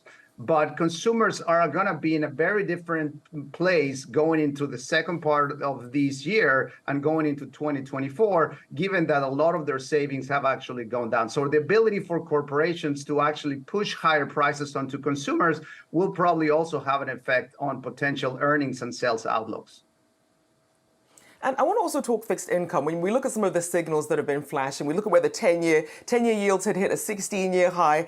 Now, historically, we do tend to see these peaks in the 10-year yields during a Fed's last hike. Do you think that's going to ring true this time, given what we're seeing in the economy? Yeah, it is kind of interesting because normally what we see is that the 10-year yields tend to hit its sort of peak usually towards the end of the cycle or right at the time where there's the last, Fed rate hike. Seems to that at this point is still not very clear whether or not we have gone to that last phase. So if you think about where we are, with every hawkish discussion that we have from Fed officials is that roughly 50% probability still for another rate hike in November, being in there. And it's not also very clear that will be the last one, even though consensus will probably point towards that. What that means is that we're still going to potentially see more upside on those 10-year higher yields before we can finish this monetary cycle. So if you put this into context, the whole idea of the short part of the curve is still have a probability that is more than 50% to having higher yields. And with an inverted yield curve, we can actually see that the potential high on the 10-year is not there yet. And so then for people who are thinking investment strategy at the moment, when you look at a strong economy, a still tight labor market, although seeing some softening there, same thing when you look at, when you look at the labor market, and when you also look at some of the wages that we're seeing as well. But then on the other hand, you have oil prices continuing to potentially fuel inflation even higher. What do you do for your portfolio? How do you really manage some of the risk here? Yeah, no, I think everything you just described, it just makes investing more interesting and definitely confusing for investors. And that's just narrow it down to the U.S. If you extrapolate this to the global, investment opportunities, it's actually even more confusing. So, to your point, what we are in this part of these, we have been discussing, and people have talked about recession for now 18 months. And we have been on the camp of this rolling recession area when different parts of the economy have actually gone into recession and started to go into more like an earlier recovery. When you even think about housing, when you think about manufacturing, when you think about some of the, goods parts of the economy going into pretty, significant deceleration last year, but recovering early already. So we seem to be more in this now rolling recovery for some sections of the economy. As to your point, the U.S. economy is still fairly resilient, it's still growing, and then it's still on the heels of supported by the consumers and a tight labor market. Now, what that does is that creates these, race towards getting the inflation down, and at the same time having the deceleration of economic activity, not necessarily to create an extra inflation that is sort of what the Fed fears.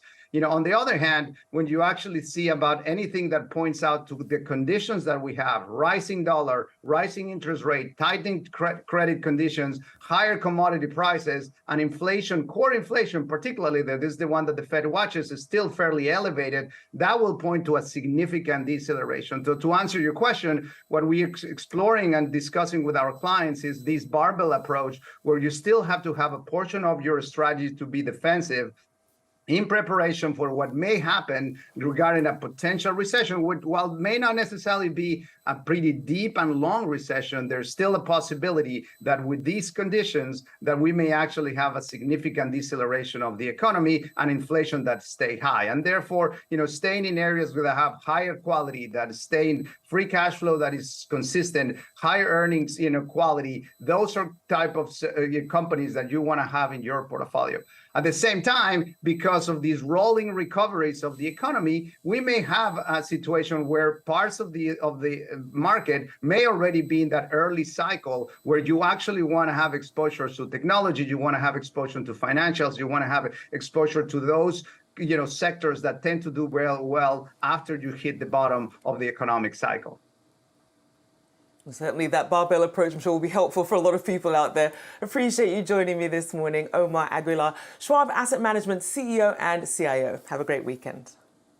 Thank you. Well, I have my eyes on Microsoft and Activision today. The deal just cleared a major regulatory hurdle in the UK. The UK Competition and Markets Authority saying that a new deal submitted by Microsoft should lessen any harm to competition in cloud gaming, giving the tech giant preliminary approval for the $69 billion deal. Now, the new proposal said Activision would sell its cloud gaming rights to rival Ubisoft, addressing the CMA's competition concerns. Now, Microsoft responded to the news saying they will, quote, continue to work toward earning approval to close. As you can see there, for both Microsoft and Activision, that stock up on the day. All right, all your markets action still ahead. Stay tuned. You're watching Yahoo Finance. Make sense out of what's happening in China for us, and are we getting any more clarity that we need on the markets front? So China is stimulating its economy. A lot of people think they're not, but they clearly are doing it. But it takes time, and I think that China is not in the policy that we did, like a big reopening and trying to stimulate it through free checks and say, let's go and spend a lot of money. Chinese consumers are different. They're also very cautious because what happened during extensive lockdowns, they're wary. But there is some change, and I think that this is about China being very gradual in its approach, knowing it can reach its goal for 5.5% growth. It may not happen this year, however, it may be something for next year.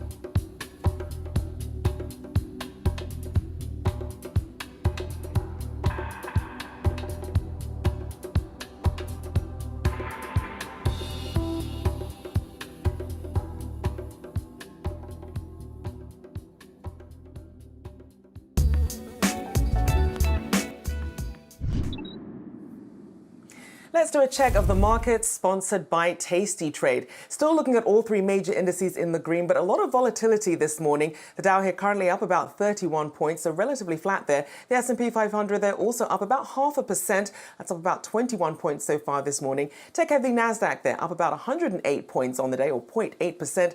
Still really mulling over some of the comments we heard from the FOMC and its more hawkish tone on that higher for longer inflation. Well, in the fight against inflation, central banks have been hiking interest rates around the globe. But now banks are signaling that they have finished raising rates for the time being. European Central Bank chief economist Philip Lane spoke with our very own Jennifer Schonberger to discuss the central bank's strategies for taming inflation. Take a listen. I think the way to think about it is we think inflation will come down from low fives in August to low threes by the end of this year. So last autumn was really the peak of intense inflation pressure. We had a very strong gas price increases last year, which peaked in August 22. And essentially this autumn, there will be base effects where that 5% inflation rate comes down into the threes. So the 4% interest rate, if you like, is there to bring inflation from around 3% at the end of this year back to 2% in 25. That's the scale of the, if you like, the underlying inflation challenge. And this is why this rate of 4% we think is going to do quite a bit in bringing inflation all the way back to our 2% target. So then do you believe keeping rates at current levels is enough to bring inflation back down to target if held for an extended time, and thus further rate hikes are off the table at this point? So I think we have a lot of evidence in the euro area that monetary policy is working. Credit is basically flat now. It's come down from strong credit growth to where lending to firms and households is pretty muted. The economy is growing at a very low rate. So all of the signals are there that monetary policy is working. There's more slack being built up in the economy. And this, we think, will make sure that over the next year or two, price increases and the underlying cost increases, such as wages, will remain fairly contained. But as you just said yourself in the way you phrase it, this is a point-in-time assessment from last week. I think the overriding message, which I think is global really from central banks, is high uncertainty. And so we're emphasising that we do think this 4% rate will do a lot, but we're also, I think, loud and clear saying, number one, this rate has to be held for long enough to make sure inflation is firmly on its way back to 2%. So there's a lot of power in the messaging that this needs to be held for sufficiently long. And then second, we're totally open in adjusting our policy over the next year or two as we see the incoming data. So still very data dependent. We're sending a point in time conditional message in terms of what we saw last week and this decision. But of course, we meet every few weeks. What I said last night when I spoke here in New York is there's going to be a lot of data points really not just at the end of this year, but stretching well into next year that we need to see before we would have a high confidence that indeed inflation is firmly on its way back to our target. So then base case, it sounds like you are prepared to hold rates for an extended period, but if you need to, you would raise interest rates again? Well, I think this is totally straightforward. All central banks have to be in a situation these days where there's, it's not a good idea, it's not productive, it's unhelpful to kind of commit to a forward guidance where we say these rates are going to be held no matter what. But equally, I think that this message should not be overinterpreted. You would expect a central bank, if we saw the inflation assessment going off track, if we saw, I think the net signals from the incoming data saying that actually more is needed, of course we would do more. But that is purely a process issue. It's saying in response to kind of sufficient deterioration in the inflation dynamic, we would do more. And that's just reflective of the uncertainty we're living in these conditions.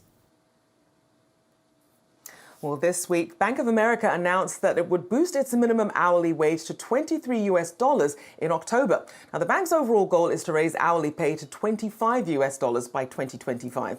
But the discrepancy between corporate and federal pay is wide. The federal minimum wage has remained at just over $7 since 2009. Well, last week, senators introduced a bill that would gradually raise the minimum wage to $11 over the next 4 years. Let's bring in Professor of Public Policy and Economics at the Ford School, University of Michigan, Betsy Stevenson, to discuss more. Thank you for joining me this morning, Betsy. So I first want to look at the discrepancy that we're seeing here between some of this corporate pay and the minimum wage. It's going to be the scheduled increase, according to this bill, if it passes here. But why are we still seeing such a divergence here? Well, market forces have simply pushed wages up at the bottom of the distribution. And so while legally you can get away with paying somebody $7.25 an hour, you're going to have a hard time finding very many people who are going to want to do work for you at $7.25 an hour. If you can't hire anyone there, why not take the publicity of being able to announce it's actually a policy change? You know, Bank of America back in 2017 announced a $15 minimum wage. By moving that up, part of what they're doing is just adjusting for inflation. You know, it would be, if they had said we were always going to index that for inflation, it was going to keep up with inflation, it would already be around $19. So they are increasing it more than just inflation. And that actually tells us something that's even more important, which is that what Bank of America is doing is saying, you know, we're getting richer as a country, we're getting more successful as a company, and we're going to share that with people at the bottom. So I think it's really important to be looking at what people are willing to pay, not just relative to what they're required to pay, and not just relative to what we need to keep up with inflation, but also whether workers are getting a share of the kinds of productivity gains that are leading to big profits at the top. So then what about some of these companies who are saying, look, we can't afford to compete with, you know, these sorts of wage increases because then we'll have to pass, you know, cost on to consumers and other things like that. How do they navigate that then if they want to be able to retain workers in a tight labor force, but they can't compete with the Bank of Americas of the world? You know, the question is it worth being able to hire talent and being able to sell your product? I don't think we want to create some kind of fear that this will create, you know, wage price spirals and we'll end up getting inflation if what we're talking about is minimum wages, the wages at the very bottom. Look, the pandemic has done more to narrow the gap between what people at the bottom make and what people at the top make than we've seen in a really long time. In fact, you know, if somebody had told me when the pandemic started that the pandemic was going to be one of the best things to reduce inequality, I would have thought you were crazy. But that's in fact what happened. Market pressures pushed wages up at the bottom relative to the top. I don't think that's made companies really anti-competitive or unable to keep up. And we know that's not what fueled inflation. So I guess, you know, the bottom line is if you think your company can't survive unless you're paying people $7.25 an hour, then I think you do really need to ask what's the value proposition your company's offering to customers. And I do want to ask you about workers' rights. Obviously, we have the UAW strikes, but we especially with the cost of living and when you look at inflation and you're looking at people saying, look, for what I'm putting in and for how much I'm paying for gas and everything else, do we expect to see sort of more unionized pushes? And what does that mean then in terms of what the future of the labor market might look like? Well, you know, what I've been trying to emphasize is let's think about this difference between are wages keeping up with inflation and am I getting a share of the overall economic growth that the country's experiencing? Are we lifting up the bottom when we're lifting up the rest of the economy? Unionized workers have had neither. They've had their wages grow slower than their non-unionized peers over the last 3 years. That's very, very unusual. And it's partially because we haven't seen high inflation in quite some time. And so, you know, some workers like the UAW had taken cost of living adjustments out of their contract. And that meant they got hammered by the unexpected high inflation we experienced coming out of the pandemic. They're going to need some pretty big wage gains just to get back to where they were in 2019. But they're saying, why should we go back to 2019? The companies have become more profitable. The CEO's not going back to their 2019 pay. They're getting big, increases. Everybody seems to be gaining except for the workers, and the workers want a little bit bigger share of the pie. So I think we're going to continue to see these kinds of labor strikes, particularly among unionized workers who both need to make up for inflation and show their members that unions are there delivering a better deal and protection for their workers. Well, we'll certainly be watching. We saw that sort of momentum start to pick up last year. And of course, UAW now putting it front and center once again. Appreciate you joining me this morning. A big thank you to Professor of Public Policy and Economics at the Ford School, University of Michigan, Betsy Stevenson. Thank you so much. Thank you. All right, all your markets action ahead. Stay tuned. You're watching Yahoo Finance. Have you tried pickleball yet? Not only have I played pickleball, I have a combination of 8 rackets in 2 locations. Oh my gosh. Okay, so you got like one of the racket bags. You're official now too. I have a racket bag that I carry multiple rackets, and let's just say, Brad, that I bring my balls. All right, sign that man up for the majors for sure.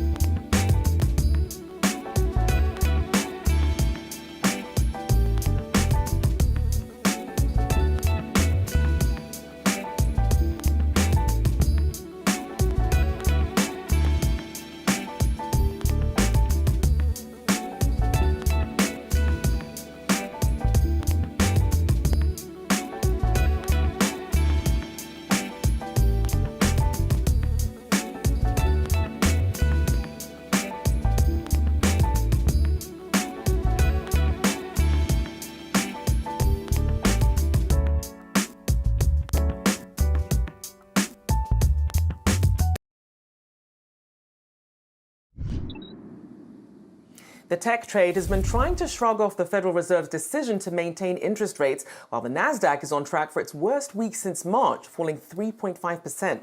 Let's go to Yahoo Finance's Jared Blickery to learn more about what's going on in the markets. Hey, Jared. Hey, Rochelle, and let's take a look at the Nasdaq here. By the way, worst week since March. You wouldn't know it from looking at all this green. The Nasdaq is bouncing back almost 1%. And here's a look at what's happened over the last 5 days. Still down about 2.5%. So by the end of the day, might be the worst day since something else, or the worst week since something else. We'll have to see.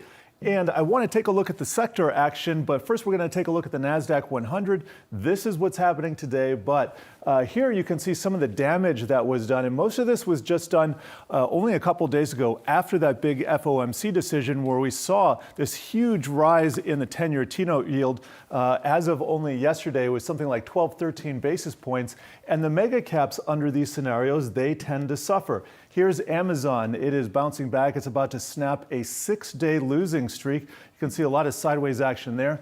But Apple, the big bellwether, is what I've had my eye on, because yesterday we came dangerously close to just dropping and slicing through some of these 3-month support layers right here, or levels. And then on a year-to-date basis, you can see it's kind of a long way down into the next group, which I'd put that at about 160 or so. But just broadening out the analysis here, I've done a lot of work on seasonality and what happens when we are big in July and then we fell off in August. Well, the rest of the year, usually pretty good, at least in the S&P 500, and the Nasdaq tracks it pretty closely too. So on average, and this has happened 11 times before, where July is up big, but August down, you have 82% positive for September, and then October 64%, but average return about 1.7%, the median 2%, and then November and December also green on average. And then for anybody wondering, well, September is negative as well, I just want to share a seasonality stat from friend of the show, Ryan Dietrich, over at Carson, and he's looking at the markets this way. The last 3 times the S&P 500 was down at least 1% in both August and September, and that's what we're tracking right now. October was up 8% that was last year, 22, 8.3% in 2015, 10.8% in 2011, and higher 9 of the past 10 times going back to the late 1950s. So he says, as bad as things feel, don't lose faith just yet. I want to round out the discussion by looking at some of the sectors within tech, and we're going to go to the semiconductors first. NVIDIA has just been kind of in a holding pattern since its earnings announcement a few weeks ago, and you can see that on this 3-month chart right here. This was that big red candle, that was the high, and I think that's going to be a sticking point, assuming that NVIDIA can hold on to some of this trading range right here. So if we do go back up 500, going to be a huge level for NVIDIA. And then we'll round out the discussion here by taking a look at software, also a lot more red than green. Activision, Blizzard, and IBM, some of the standouts to the upside, but Microsoft, that behemoth, down 3% for these 5 days. A tough week there for big tech. Appreciate you breaking all of that down for us. Jared Blickery there. Well, there's a lot of pain at the gas pump right now as prices have been rising sharply. Now, this comes after major oil producer Saudi Arabia saw production plunge in August and Russia put a ban on fuel exports. Oil hitting $100 a barrel could just be the beginning to some major headwinds. And Yahoo Finance's Inez Ferrer is joining us with the details. Inez, what are you watching? Yeah, Rochelle, and you talked about that ban that Russia put on its exports for diesel and for gas and what that could imply for the global markets. Now, we should note that the U.S. and the EU have largely banned refined products from Russia, refined oil products from Russia after the invasion of Ukraine. However, it is a global market, so how will this impact prices here in the U.S.? Well, JP Morgan analysts are saying that the ban should take about a couple of weeks. Russia has not said how long this ban will be. They say that it is because they want to bring down the prices for diesel and for gas domestically. And so if it lasts a couple of weeks, that's not that long. But the longer that it lasts, the more impact that this could have on the global markets when we're talking about gas and diesel prices. Tom Closa of Opus said that you could see crude going up a bit because of this ban. But he says that you can expect gasoline prices to actually ease a bit, with the exception of some Western states, because he talks about the margins, which are way above crude for gasoline at this price at this time, very high margins, pricing in basically demand perfection when it comes to gasoline. So he's expecting, despite all this talk about $100 oil, he's expecting gas prices to ease in the coming months. Remember that we are also going into the winter grade for gasoline, which is cheaper to produce. So you may see some easing at the pump there. But still, you've got the prices for gasoline right now about $3.86 per gallon. That is a couple of cents off the highs for 2023. And meanwhile, $100 oil, that is being talked about more and more among Wall Street analysts. You saw Goldman's note earlier this week talking about oil reaching $100 per barrel. KPMG also saying that they're expecting prices to push above $100 per barrel. And the question is when and for how long. They are expecting this. Goldman's expecting oil that OPEC could keep oil prices between 85 and 105 next year. Goodness, I know that won't be good news for drivers, but at least perhaps some relief coming in the coming month, as you said there, with that winter fuel grade coming in as well. Big thank you there to our very own Inez Ferrer. Thank you. All right, all your markets action ahead. Stay tuned. You're watching Yahoo Finance. UAW strike, which is just getting started, and we still have ongoing strikes by the Writers Guild and by the Actors Guild in Hollywood. Economists are now saying, how much damage is this actually going to cause to the broader U.S. economy? And the answer is hardly any. Now, it will hurt the auto sector, but we've got 2 months of supply of most vehicles for the auto manufacturers. In some ways, it's not terribly surprising. We certainly have a very strong labor market, a very strong economy, and strike activity usually rises when the economy and the labor market is strong.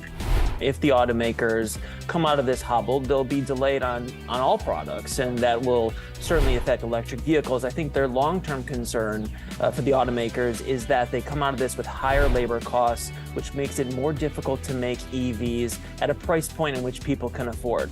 It's really fueling what we've seen as a summer of strikes, where you have these unrealistic, almost excessive demands on the part of union leadership across a whole host of industry that could ultimately be destabilizing for the entire economy.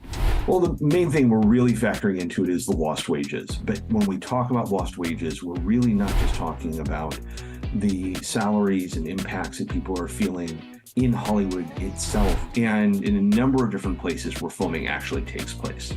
It's a paradox. In the short term, they're going to have all this extra cash that they can use for other purposes, to pay down debt, to acquire other content like sports or more reality shows. But in the long term, they do need new scripted TV shows and movies in order to conduct their daily business.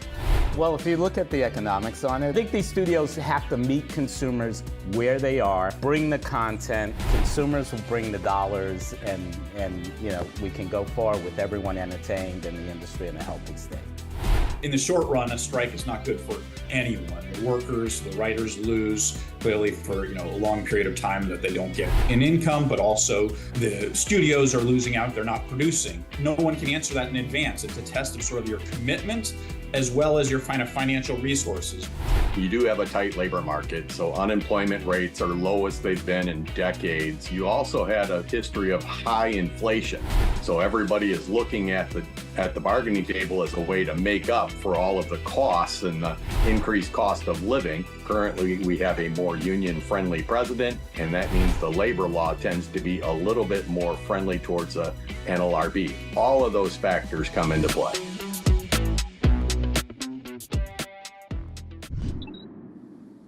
We're now more than a week into the UAW strike, and negotiations between union members and Detroit's big three automakers have yet to see any resolution. Now, earlier this morning, UAW President Shawn Fain followed through on plans to expand the strike. In a presser, he said that 38 more Stellantis and GM plants would join the strike in 20 states. Now that United Auto Workers Union will expand its picket lines, what's to come? Yahoo Finance's Pras Subramanian has those details for us. Hey, Pras. Hey, Rachel, yeah, so the UAW expanding its strikes, though, only at GM and Stellantis parts and distribution centers, as you mentioned.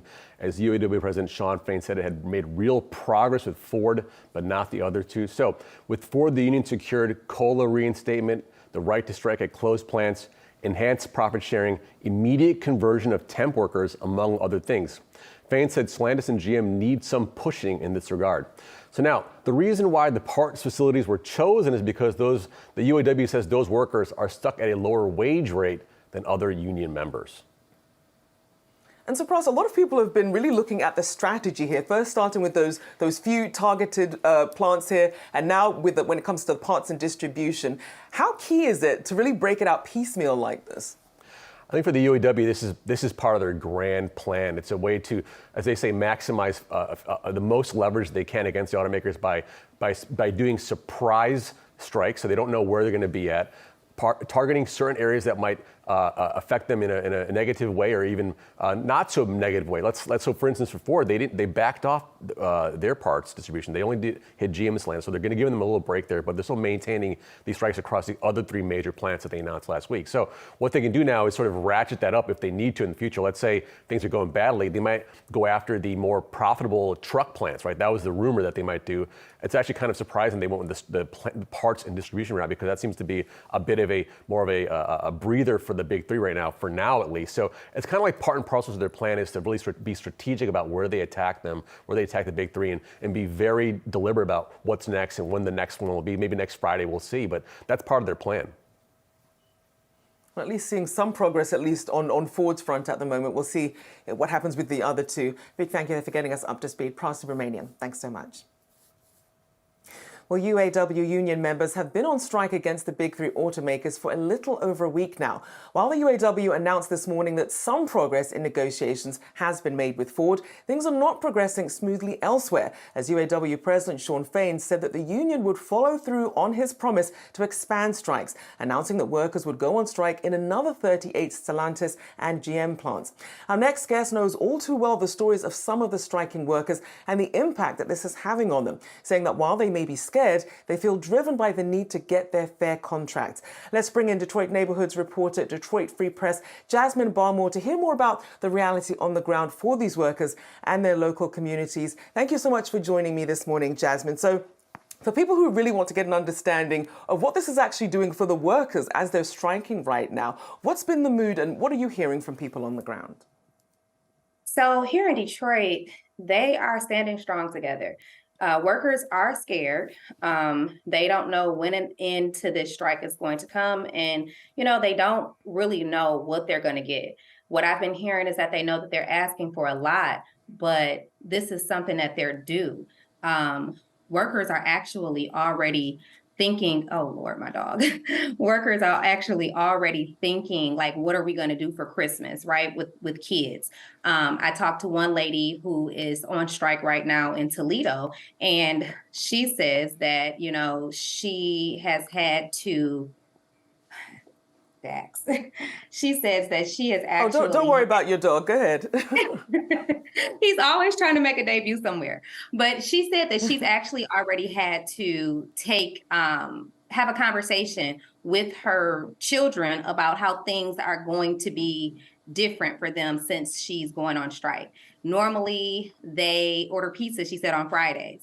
They can't do that right now because she's not making enough money. And when you look at the cost of the economy right now, like a gallon of milk is $3, in Detroit. So when you look at the cost of the economy right now, strike workers are being paid $500 to strike. And even if they want to get a second job to try to help make ends meet, they can't make over $500 or they will forfeit their strike pay. So it's really it's really a sad thing that's happening. But I think the workers, overall, like I said, they're scared, but they're standing together because they feel like they need to get what, they deserve. And Jasmine, even to give some context here, because some people at home might be thinking, it's just about inflation. But when you consider all the concessions that they made, that the workers had to make to bail out some of these big three during the 2007 and 2008 financial crisis, plus COVID, plus current inflation, when you add all that together, then it does make it seem like the demands aren't that unreasonable. So what should people understand about that context and some of the demands that they're now asking for? The demands are really not that unreasonable, because if you look at what they're asking for, right? They're asking for like $40 an hour, which equates to about $1,600 a week, and that's before taxes. So when you look at what their actual bring home pay after taxes are going to be taken out of it, health insurance, retirement benefits, all of that stuff, right? It's not even, they're not bringing home $1,700. And the average rent right now in Detroit is about $1,000 a month. And we're not talking about like energy prices and, don't run into an emergency and you've got to go, to the hospital or have a family problem or something like that. So one thing that one of the workers that I spoke to, he said to me that people are saying that the UAW workers are just selfish and they're greedy. And he's like, how are we being greedy when, our CEOs are making millions of dollars, the profit shares have been out of the roof, and they have not been giving us our fair share for how long now? So I think we need to understand that at this day and time, we have just come out of unnatural circumstances with the pandemic, and the economy is inflated higher than it's ever been in the last 40 years. So, wages across the board, some would say, need to be increased, but you got to look at the working class individual, someone who is, living paycheck to paycheck. They're tired. They're tired of living like that. People want to be able to go to the grocery store and buy the groceries that they want to have in their household to feed them and their family. People want to be able to put gas in their car so that they can go and take a road trip if they want to. People they're tired of how they've been living, and they're ready for change. And do we have an idea from the people that you're speaking to how long they can continue to strike? When you think about how much is left in the strike fund, and obviously, as you mentioned, Christmas coming up, a lot of other commitments there. Do you get a sense of perhaps how close they are to reaching an agreement? We saw some progress, at least, being made with Ford, not so much, though, with Stellantis and GM. Well, I had a Stellantis employee tell me that she could only do 2 months of this, and she was going to be done. There was no more, she couldn't last over 2 months. She's put money to the side for rent, so she's got that for 2 months. But if they don't reach an agreement, she's like, I'm going to try to go work at the airport or something, because she's got two kids to feed. So I don't really see, if they don't reach an agreement soon. And when we went into this strike, I knew it was going to expand. And, with it going into its next week, and, the UAW president, he's getting more aggressive with the strikes that he's calling, or the plants that he's calling to stand up and strike now. I don't see a lot of these people lasting into the holidays, honestly. Goodness. Well, appreciate you for joining us today with that update. Jasmine Barmore, neighborhoods reporter at Detroit Free Press. Thank you so much. Thank you. Well, according to data from the Federal Reserve, Latino wealth has grown around 12% annually for the past 10 years.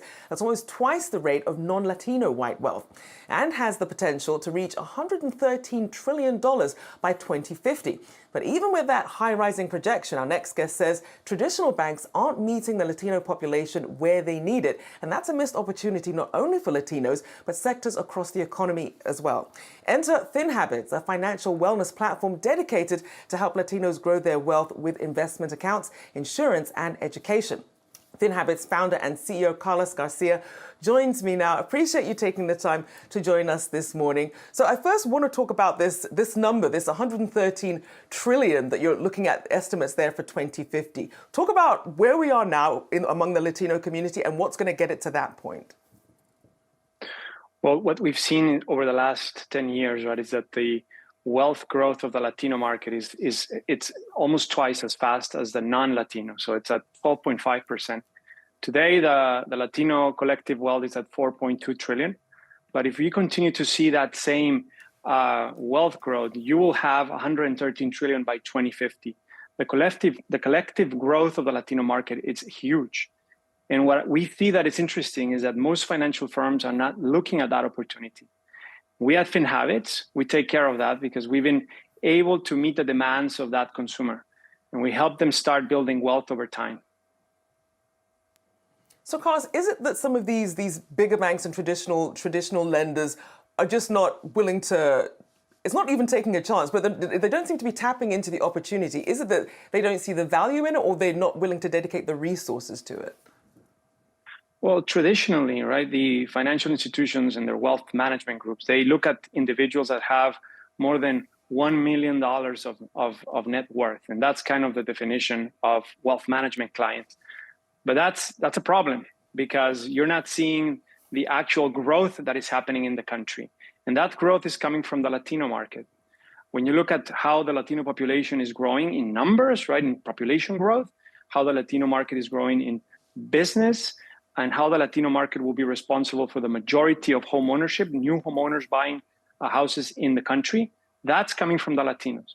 So what we believe is that you have to adjust as a financial institution, you have to adjust the way you engage with that population. You have to make sure that you can engage with them when they're growing their wealth as it is now, because that's the future of high net worth individuals in the country.